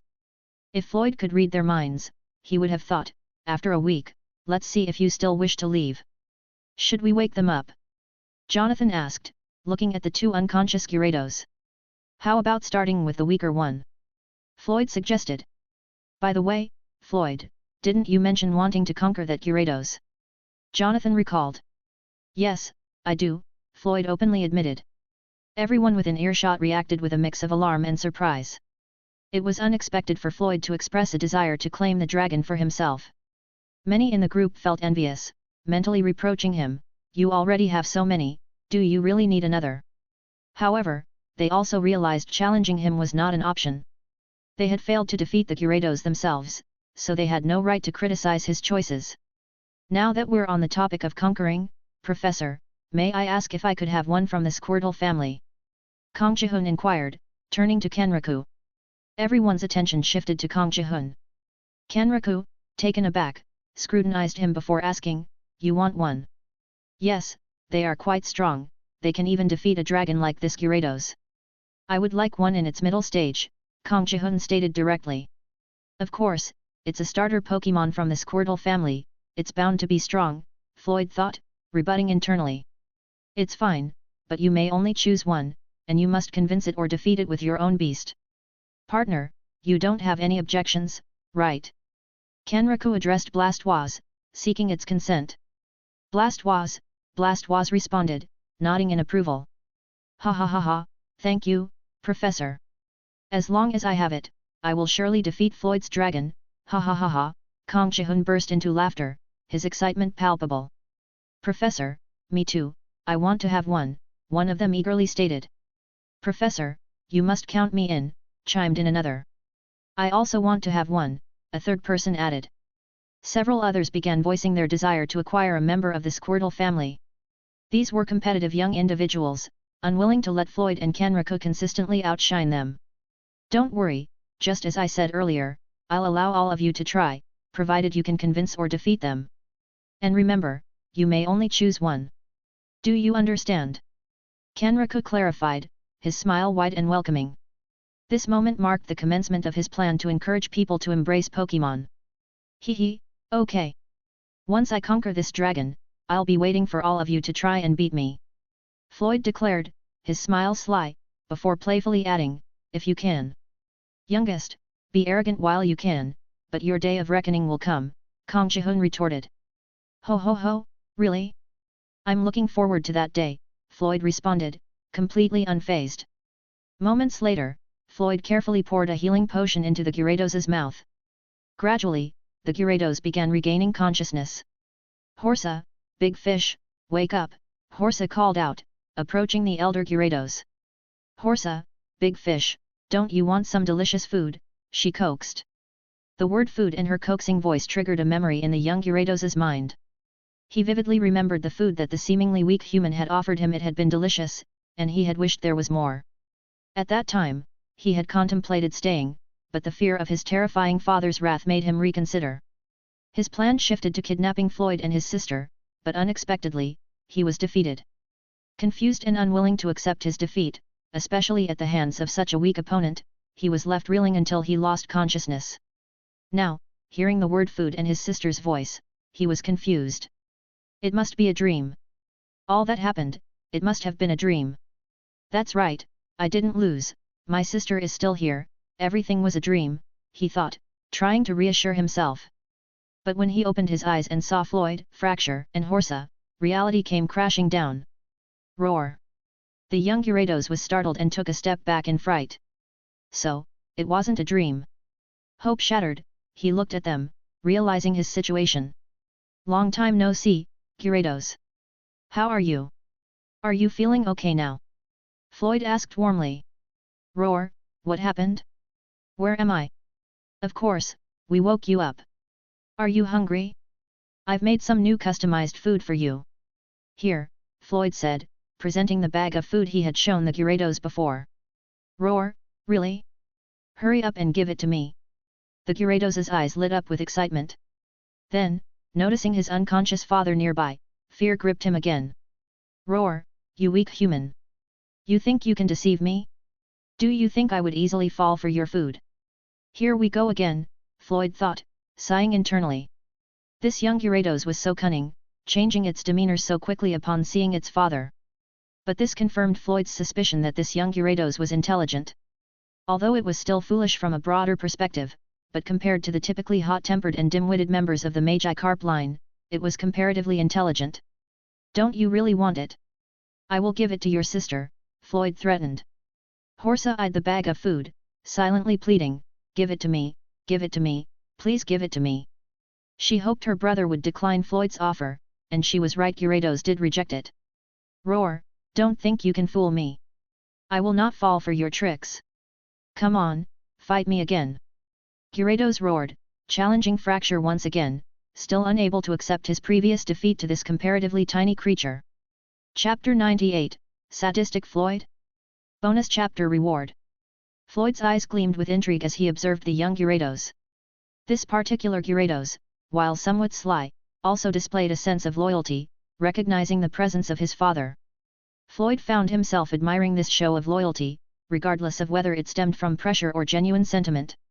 He looked upon the young Gyarados with a sense of appreciation and declared, "What, you want a fight? Fine, shall we start now?" Floyd and Fracture braced themselves, readying for the impending battle. Roar! Without a moment's hesitation, the young Gyarados lunged forward, unleashing a bite move. Fracture, use Protect, Floyd commanded without missing a beat. Fracture acknowledged the order, raising his hands defensively to counter the young Gyarados' assault with Protect. Realizing his initial attack proved ineffective, the young Gyarados' tail began to glow with a surge of water energy as he executed an Aqua Tail move. Use Claw, Floyd instructed, maintaining his composure. Fracture responded, activating Dragon Claw, and clashed with the young Gyarados. Bang! Gyarados was forced to retreat, finding himself a few meters away after losing the clash. Rage, Floyd swiftly seized the opportunity, directing Fracture to attack. Caught off balance, Gyarados winced in pain as he felt the impact of Fracture's attack. Learning from his previous mistake, Gyarados refrained from immediately charging back into the fray. Instead, he started to spin, initiating Dragon Dance. Oh, that again? Fine, Fracture, use Swords Dance, Floyd remarked with a smile, recognizing the young Gyarados' strategy and promptly issuing his command. Fracture emanated an imposing aura as he performed Swords Dance. The young Gyarados, in the midst of his Dragon Dance, felt the overwhelming pressure, reminiscent of their prior battle. Confident in his odds of victory, he decided to take a gamble on himself and performed Dragon Dance a second time. Fracture, don't let him complete it. Use Claw, Floyd instructed, determined to interrupt Gyarados' momentum. Gyarados felt an intense energy coursing through his body, pushing him to the brink of losing control. Just as he was about to finish his move, Fracture struck him with Dragon Claw. Bang! Gyarados absorbed the hit, but the backlash from the uncontrolled, violent energy proved too much, causing him to lose consciousness. Ding! Congratulations on defeating Gyarados. Plus 30 points. Oh, he lost again, Floyd commented, maintaining his calm demeanor. The spectators couldn't help but roll their eyes at his understatement.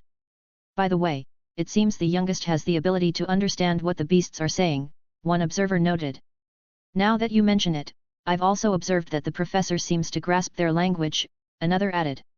Professor, is it possible for us to learn the language of the beasts? Someone from the crowd inquired.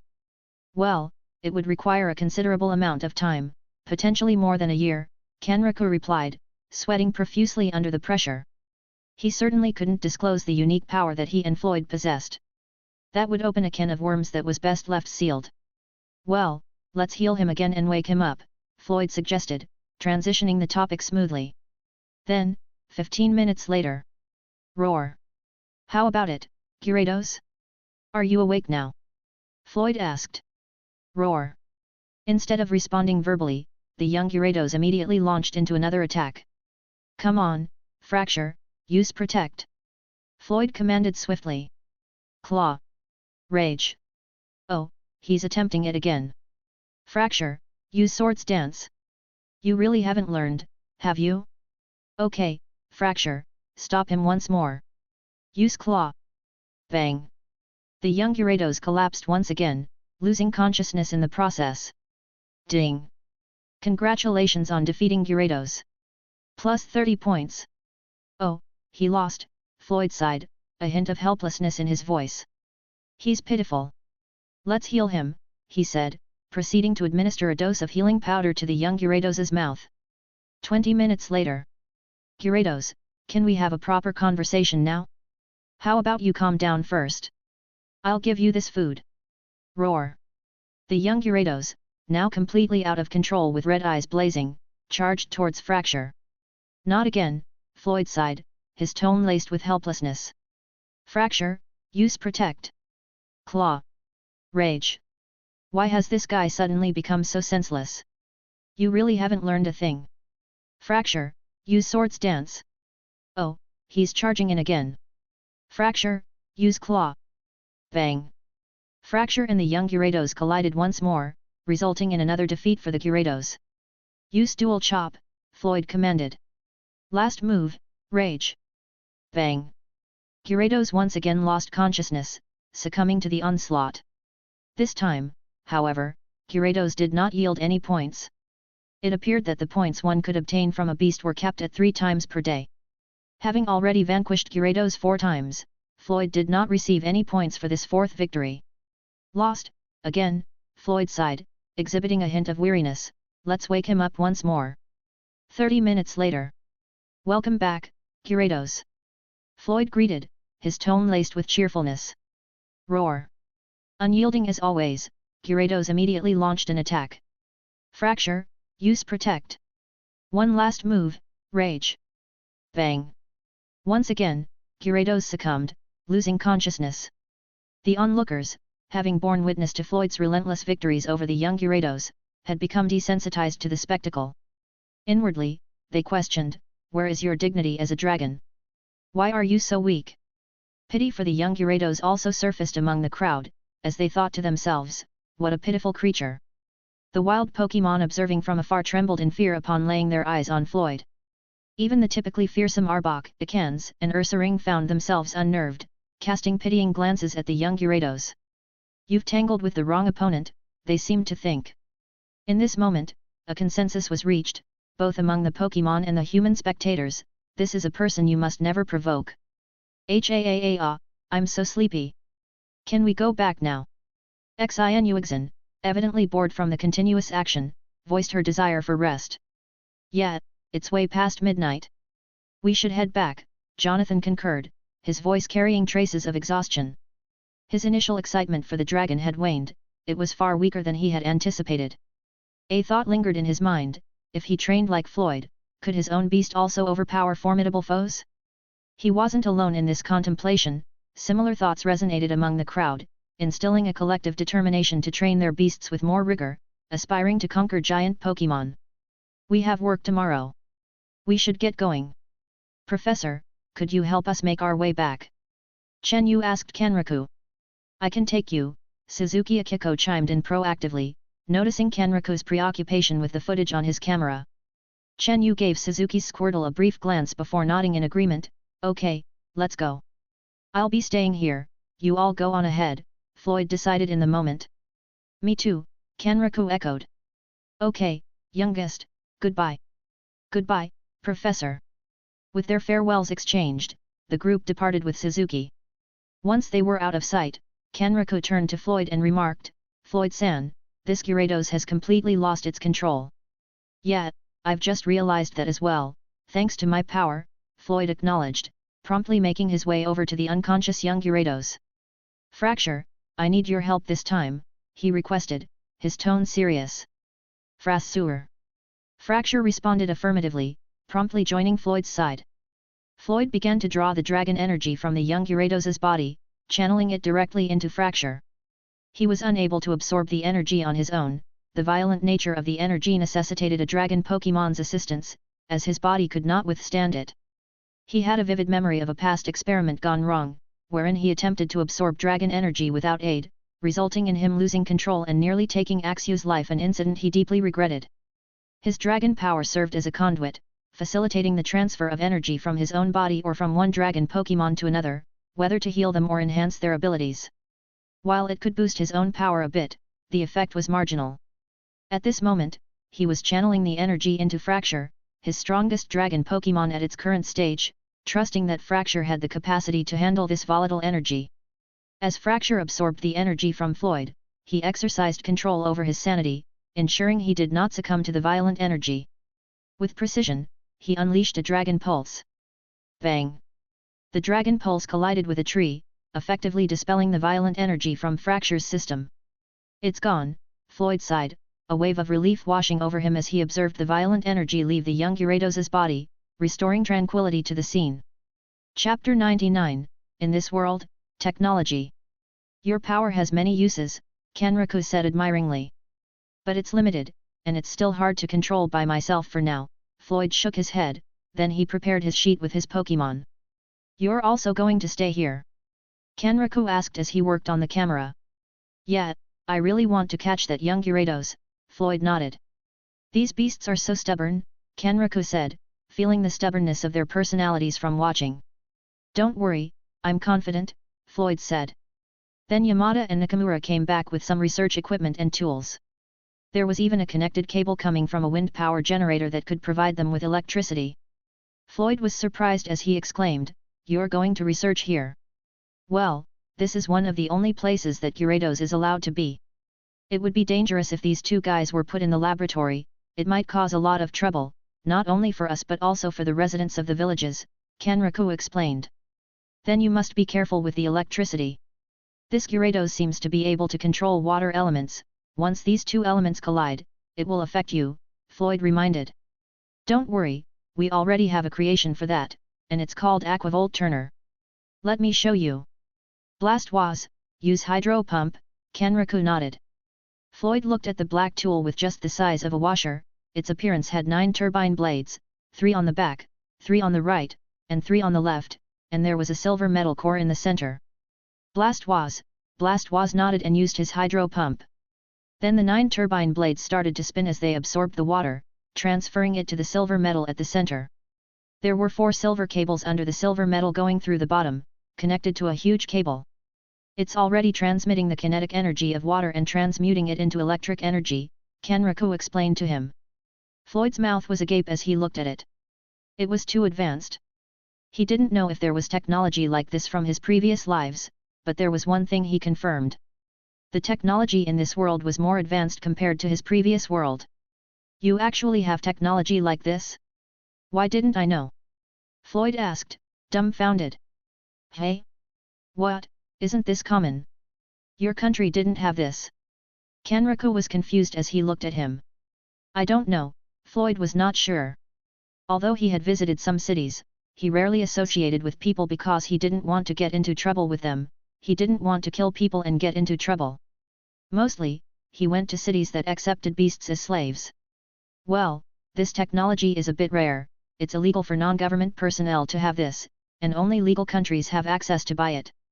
And to be honest, if we don't have this type of technology, humanity might have long perished by the beast's power.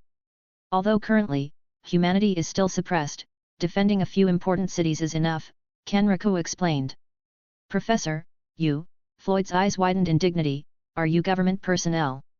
Kenriku became embarrassed, his face turned red. "I'm a former one." "Then why do you have this? Isn't it illegal?" Floyd asked. "I'm one of the few scientists who contributed to making this technology." "Humph, how can they control me?" "They can try," Kenriku snorted, and the appearance was obviously modified compared to the original one. "You don't need to worry. Did you wonder why there are no water-type Pokémon invading here in the village? Not only because many Squirtle line families started to reside here to defend, but also because there's technology like this. You just didn't notice," Kenriku added. "But I didn't see something like this," other than a similar appearance to a windmill. Wait, windmill, could it be? Floyd suddenly guessed something. Yeah, it has multi-functionality. It's not only a wind power generator for electricity, but also for water. Once there is an emergency when the water creatures start to invade and use many destructive water moves, this windmill will collect the water and convert it into electricity. Then it releases the electric energy to strike it back, Kenraku explained. So, you already knew from the start that electric types can suppress water-type beasts? Floyd asked in surprise. I didn't know that types suppressed each other, but I am aware that the combination of water and electricity will deal a significant amount of damage to them. Yeah, even if you hadn't mentioned it, I already had a few guesses and hypotheses, but without your help, it would have taken me time to figure this out, Kenraku confessed. So, even without our help, Gyarados would lose here? Floyd asked. No, that's impossible. There are only 2 Gyarados roaming around, and these 2 seem to be able to float. It's difficult for Aquavolt to target them. This tool is stationary and can't move, it has a limited range of impact. Only a few parts of the village are covered by it. This weapon was designed to combat a large army of water beasts and is programmed to defend against and attack water beasts on the seashore. The more beasts there are, the more damage it can inflict, Kenraku explained. And it is a bit brittle. If it gets hit by a physical attack from these Gyarados, it might only take 1 to 3 hits and it will be destroyed. If it gets hit by basic water moves, it can take 15 to 25 attacks before it gets destroyed. But if the beasts use a hydro pump, it might only take 3 to 5 attacks before it's destroyed. This one in front of you can only take 2 hydro pumps, but it's already enough, as long as it doesn't get hit by hydro pump, right?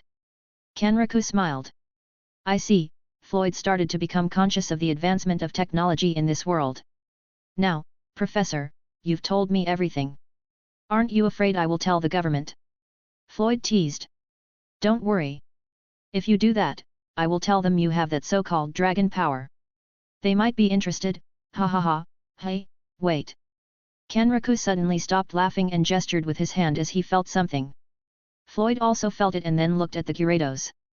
This was the strongest Gyarados, the father of Horsa and the young Gyarados, and it seemed he was about to wake up. Partner, be prepared, Kenraku said. Then, a few moments later, Gyarados woke up. Roar! Gyarados felt alive again as he woke up.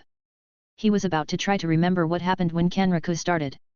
Partner, hydro pump, Kenraku shouted. Bang! Blastwaz hit Gyarados. Roar! Gyarados was so angry that he had been sneak attacked by someone just as he woke up. He looked up and saw Blastwaz, and countless pictures in his mind started to appear. Gyarados, we have no time to have trouble with you, how about we talk? Kenraku offered. Roar! It's you guys, you dare to sneak attack on me, how shameless! Many wild Pokémon hurriedly hid far away in fright. The pressure from this Gyarados really scared them more than the previous one. How come you didn't forget that it's you who attacked this village first? Roar! I will attack whoever I want to attack, do you have a problem with that? Then he rushed at them using Crunch. This is too domineering, and too arrogant, Floyd shook his head. Horsa shivered as she hid behind Floyd's leg. Partner, use hydro pump, Kenraku shouted. Floyd was interested as he watched Kenraku command Blastwaz. This might be the first time he would see it. Chapter 100, Kenraku's Trainer Potential, Bonus Chapter Reward. Bang! Both collided, Gyarados lost as he took the hit and stepped back, while Blastwaz won the clash once again. Gyarados already knew that the Blastwaz in front of him was hard to beat, so he started to spin as he used Dragon Dance. That is. Partner use, hey, I forgot, Kenraku recognized the Gyarados move. He was about to use a move, but he forgot which one it was. Professor, no time to think, interrupt him. Floyd urgently shouted in panic. If Gyarados completed his move, everyone would be at risk. Use hydro pump, Kenraku, having no time to think of another move, just shouted what he knew. Bang! The good thing was Blastwaz managed to interrupt Gyarados at the very last minute. Roar! Gyarados roared in anger and then used Thrash. This, Kenraku hesitated, uncertain of the next move he should command, then hurriedly said, Partner, use Protect. This is bad. It was the wrong move, Floyd thought, panicked. Everyone, Run away. Then Floyd and his Pokémon ran back. Bang! Blastoise and Gyarados clashed, and both were evenly matched, but it was not enough for Gyarados, and he hit Blastoise again. Blastoise was forced to defend, but he stepped back, and then immediately, Gyarados took the last shot. Partner, use Hydro Pump. Kenriku didn't know what to do and hurriedly commanded, but it was too late. Bang! Blastoise flew away, and his back hit Kenriku as they both flew together. Professor, Floyd hurriedly ran towards them. Professor, are you still okay? Let me help you. Blastoise, you go battle by yourself, you don't need to follow the professor's instructions. He decided not to allow Kenriku to instruct Blastoise. Although they had been partners for a long time, Kenriku was still new to commanding Pokémon. And since Blastoise's level was too high, the intensity of the battle was too high. It would not give Kenriku enough time to think about the next move. It was much better to let Blastoise handle it alone since he had more experience. Then, as he helped Kenriku, Gyarados started spinning. They knew it was too late, so Blastoise smashed his shell as he used Shell Smash. But Gyarados was the first to complete his move and then rushed toward Blastoise using Crunch. When Blastoise had just finished using Shell Smash, he had no choice but to hurriedly activate his Protect move. Bang! Blastoise flew back as he got hit by it. The Protect move was not invincible as it was in the game, there was a limitation to it depending on the strength and level of the one using it. Currently, because using Shell Smash had exchanged power for lowered defense, Blastoise was at a disadvantage. In addition, since Gyarados had the Dragon Dance buff to increase both attack and speed, defending with lower def and SP def is not good. It was natural for Blastoise to lose. But Blastoise hurriedly used his Rapid Spin to come back. Gyarados used his Aqua Tail, but Blastoise started spinning to avoid it, then continued to spin around Gyarados, immediately stopping to hit him with a Hydro Pump. Bang! Blastoise already had a torrent, so the damage he dealt to Gyarados had increased. Roar! Gyarados screamed in agony as he used Twister toward him. Blastoise was in deep trouble as his body started to spin along with the Twister. Then, surprisingly, Kenriku, who was held by Floyd, stood up and shouted, "Partner, you must take advantage of your situation and use Rapid Spin." Blastoise, hearing Kenriku's command, followed his instruction and used Rapid Spin. Blastoise spun so fast compared to the normal Rapid Spin move. Gyarados used his Hyper Beam towards him, but as Blastoise was about to get hit, he used the power of speed to jump. "That's so high!" Floyd exclaimed. After a moment of realization, he added, "I see now. Blastoise is using himself as a propeller. With the boost from Twister and by employing Rapid Spin, he's using that force to soar into the air." "Hey, it's worked," Kenriku sighed in relief upon seeing this. He had made a lot of mistakes, but in the end, he had made the correct decision at last. Blastoise managed to avoid the Hyper Beam, then unleashed a Hydro Pump towards Gyarados. Feeling defiant, Gyarados rushed towards him, using Crunch. Bang! Gyarados slammed into the ground. Just as he was about to rise, he received a Rapid Spin. Bang! Roar! Gyarados screamed in pain. Not only that, but he also received another attack, Aqua Jet. Bang! Gyarados fell unconscious. Exhausted, Blastoise dropped to the ground. "Partner! Are you okay?" Kenriku ran to him, regretting not commanding him properly. "I'm sorry, partner, it's my fault. I didn't command you properly. I think I don't deserve to be a trainer," he said, activating his power to heal Blastoise. Blastoise shook his head slowly, as if to say he was fine. "Next time, I will not command any more." Kenriku lowered his head, feeling ashamed of himself. From behind, Floyd truly admired Blastoise's tenacity. He had yet to see him lose, even when at a disadvantage. He recalled a time when Blastoise almost perished under a barrage of missiles yet still managed to stand and destroy 5 helicopters. He suddenly realized that Blastoise also possessed 2 genetic skills similar to those of Dratini and Swablu, making Kenriku's Blastoise talented in his own right. He walked towards Blastoise and poured healing powder onto him, noting that there were only 2 doses remaining. He then poured some into Gyarados' mouth and said to Kenriku, "To be honest, you surprised me, Professor. Especially with the last move you commanded Blastoise to use. It seems you have a talent for being a trainer. Don't fool me." "I almost fooled myself, That last one was just luck. Kenriku blushed as he used his power to heal Blastoise. It's not mere luck, it's a trainer's instinct. When faced with dire circumstances, a trainer's creativity in command emerges. Only a skilled trainer can achieve that. Your previous commands weren't the best, but it's understandable since you're still getting to know Blastoise. Familiarizing yourself with his moves, preferences, and mannerisms will undoubtedly aid you in giving better commands, Floyd consoled him. Training requires patience, it's not an overnight process, Floyd remarked. Kenriku felt relieved hearing Floyd's consoling words but still sighed, I might not meet his expectations because I'm a bit busy with my research. Professor, why not consider training beasts as a form of research? By training with Blastoise, you'll undoubtedly gain deeper insights into him.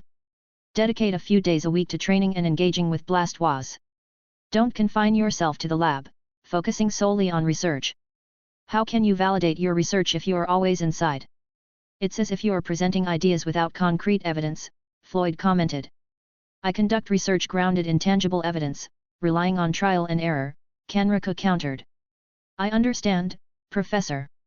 What I'm saying is a bit metaphorical, but there's actual truth to it. By training and battling with your beasts, you'll come to understand their habits, temperament, preferences, and more, Floyd clarified. Kenriku paused, reflecting on Floyd's advice. I'll take your words to heart. But for now, what do we do about them? Floyd let out a sigh. They're incredibly stubborn, more than I anticipated. The apple doesn't fall far from the tree, he remarked, then turned to Horsa, giving her a gentle pat. And that includes you too, young one. Truly a family of the stubborn. Horsa just smiled and jumped onto his head. Floyd smiled at this and then looked at Kenriku. It seems your Blastoise really needs to stay here a lot, otherwise, no one can stop these two stubborn father-son. I also need to stay here a lot, Kenriku sighed. Me too, Floyd nodded. Thanks for listening.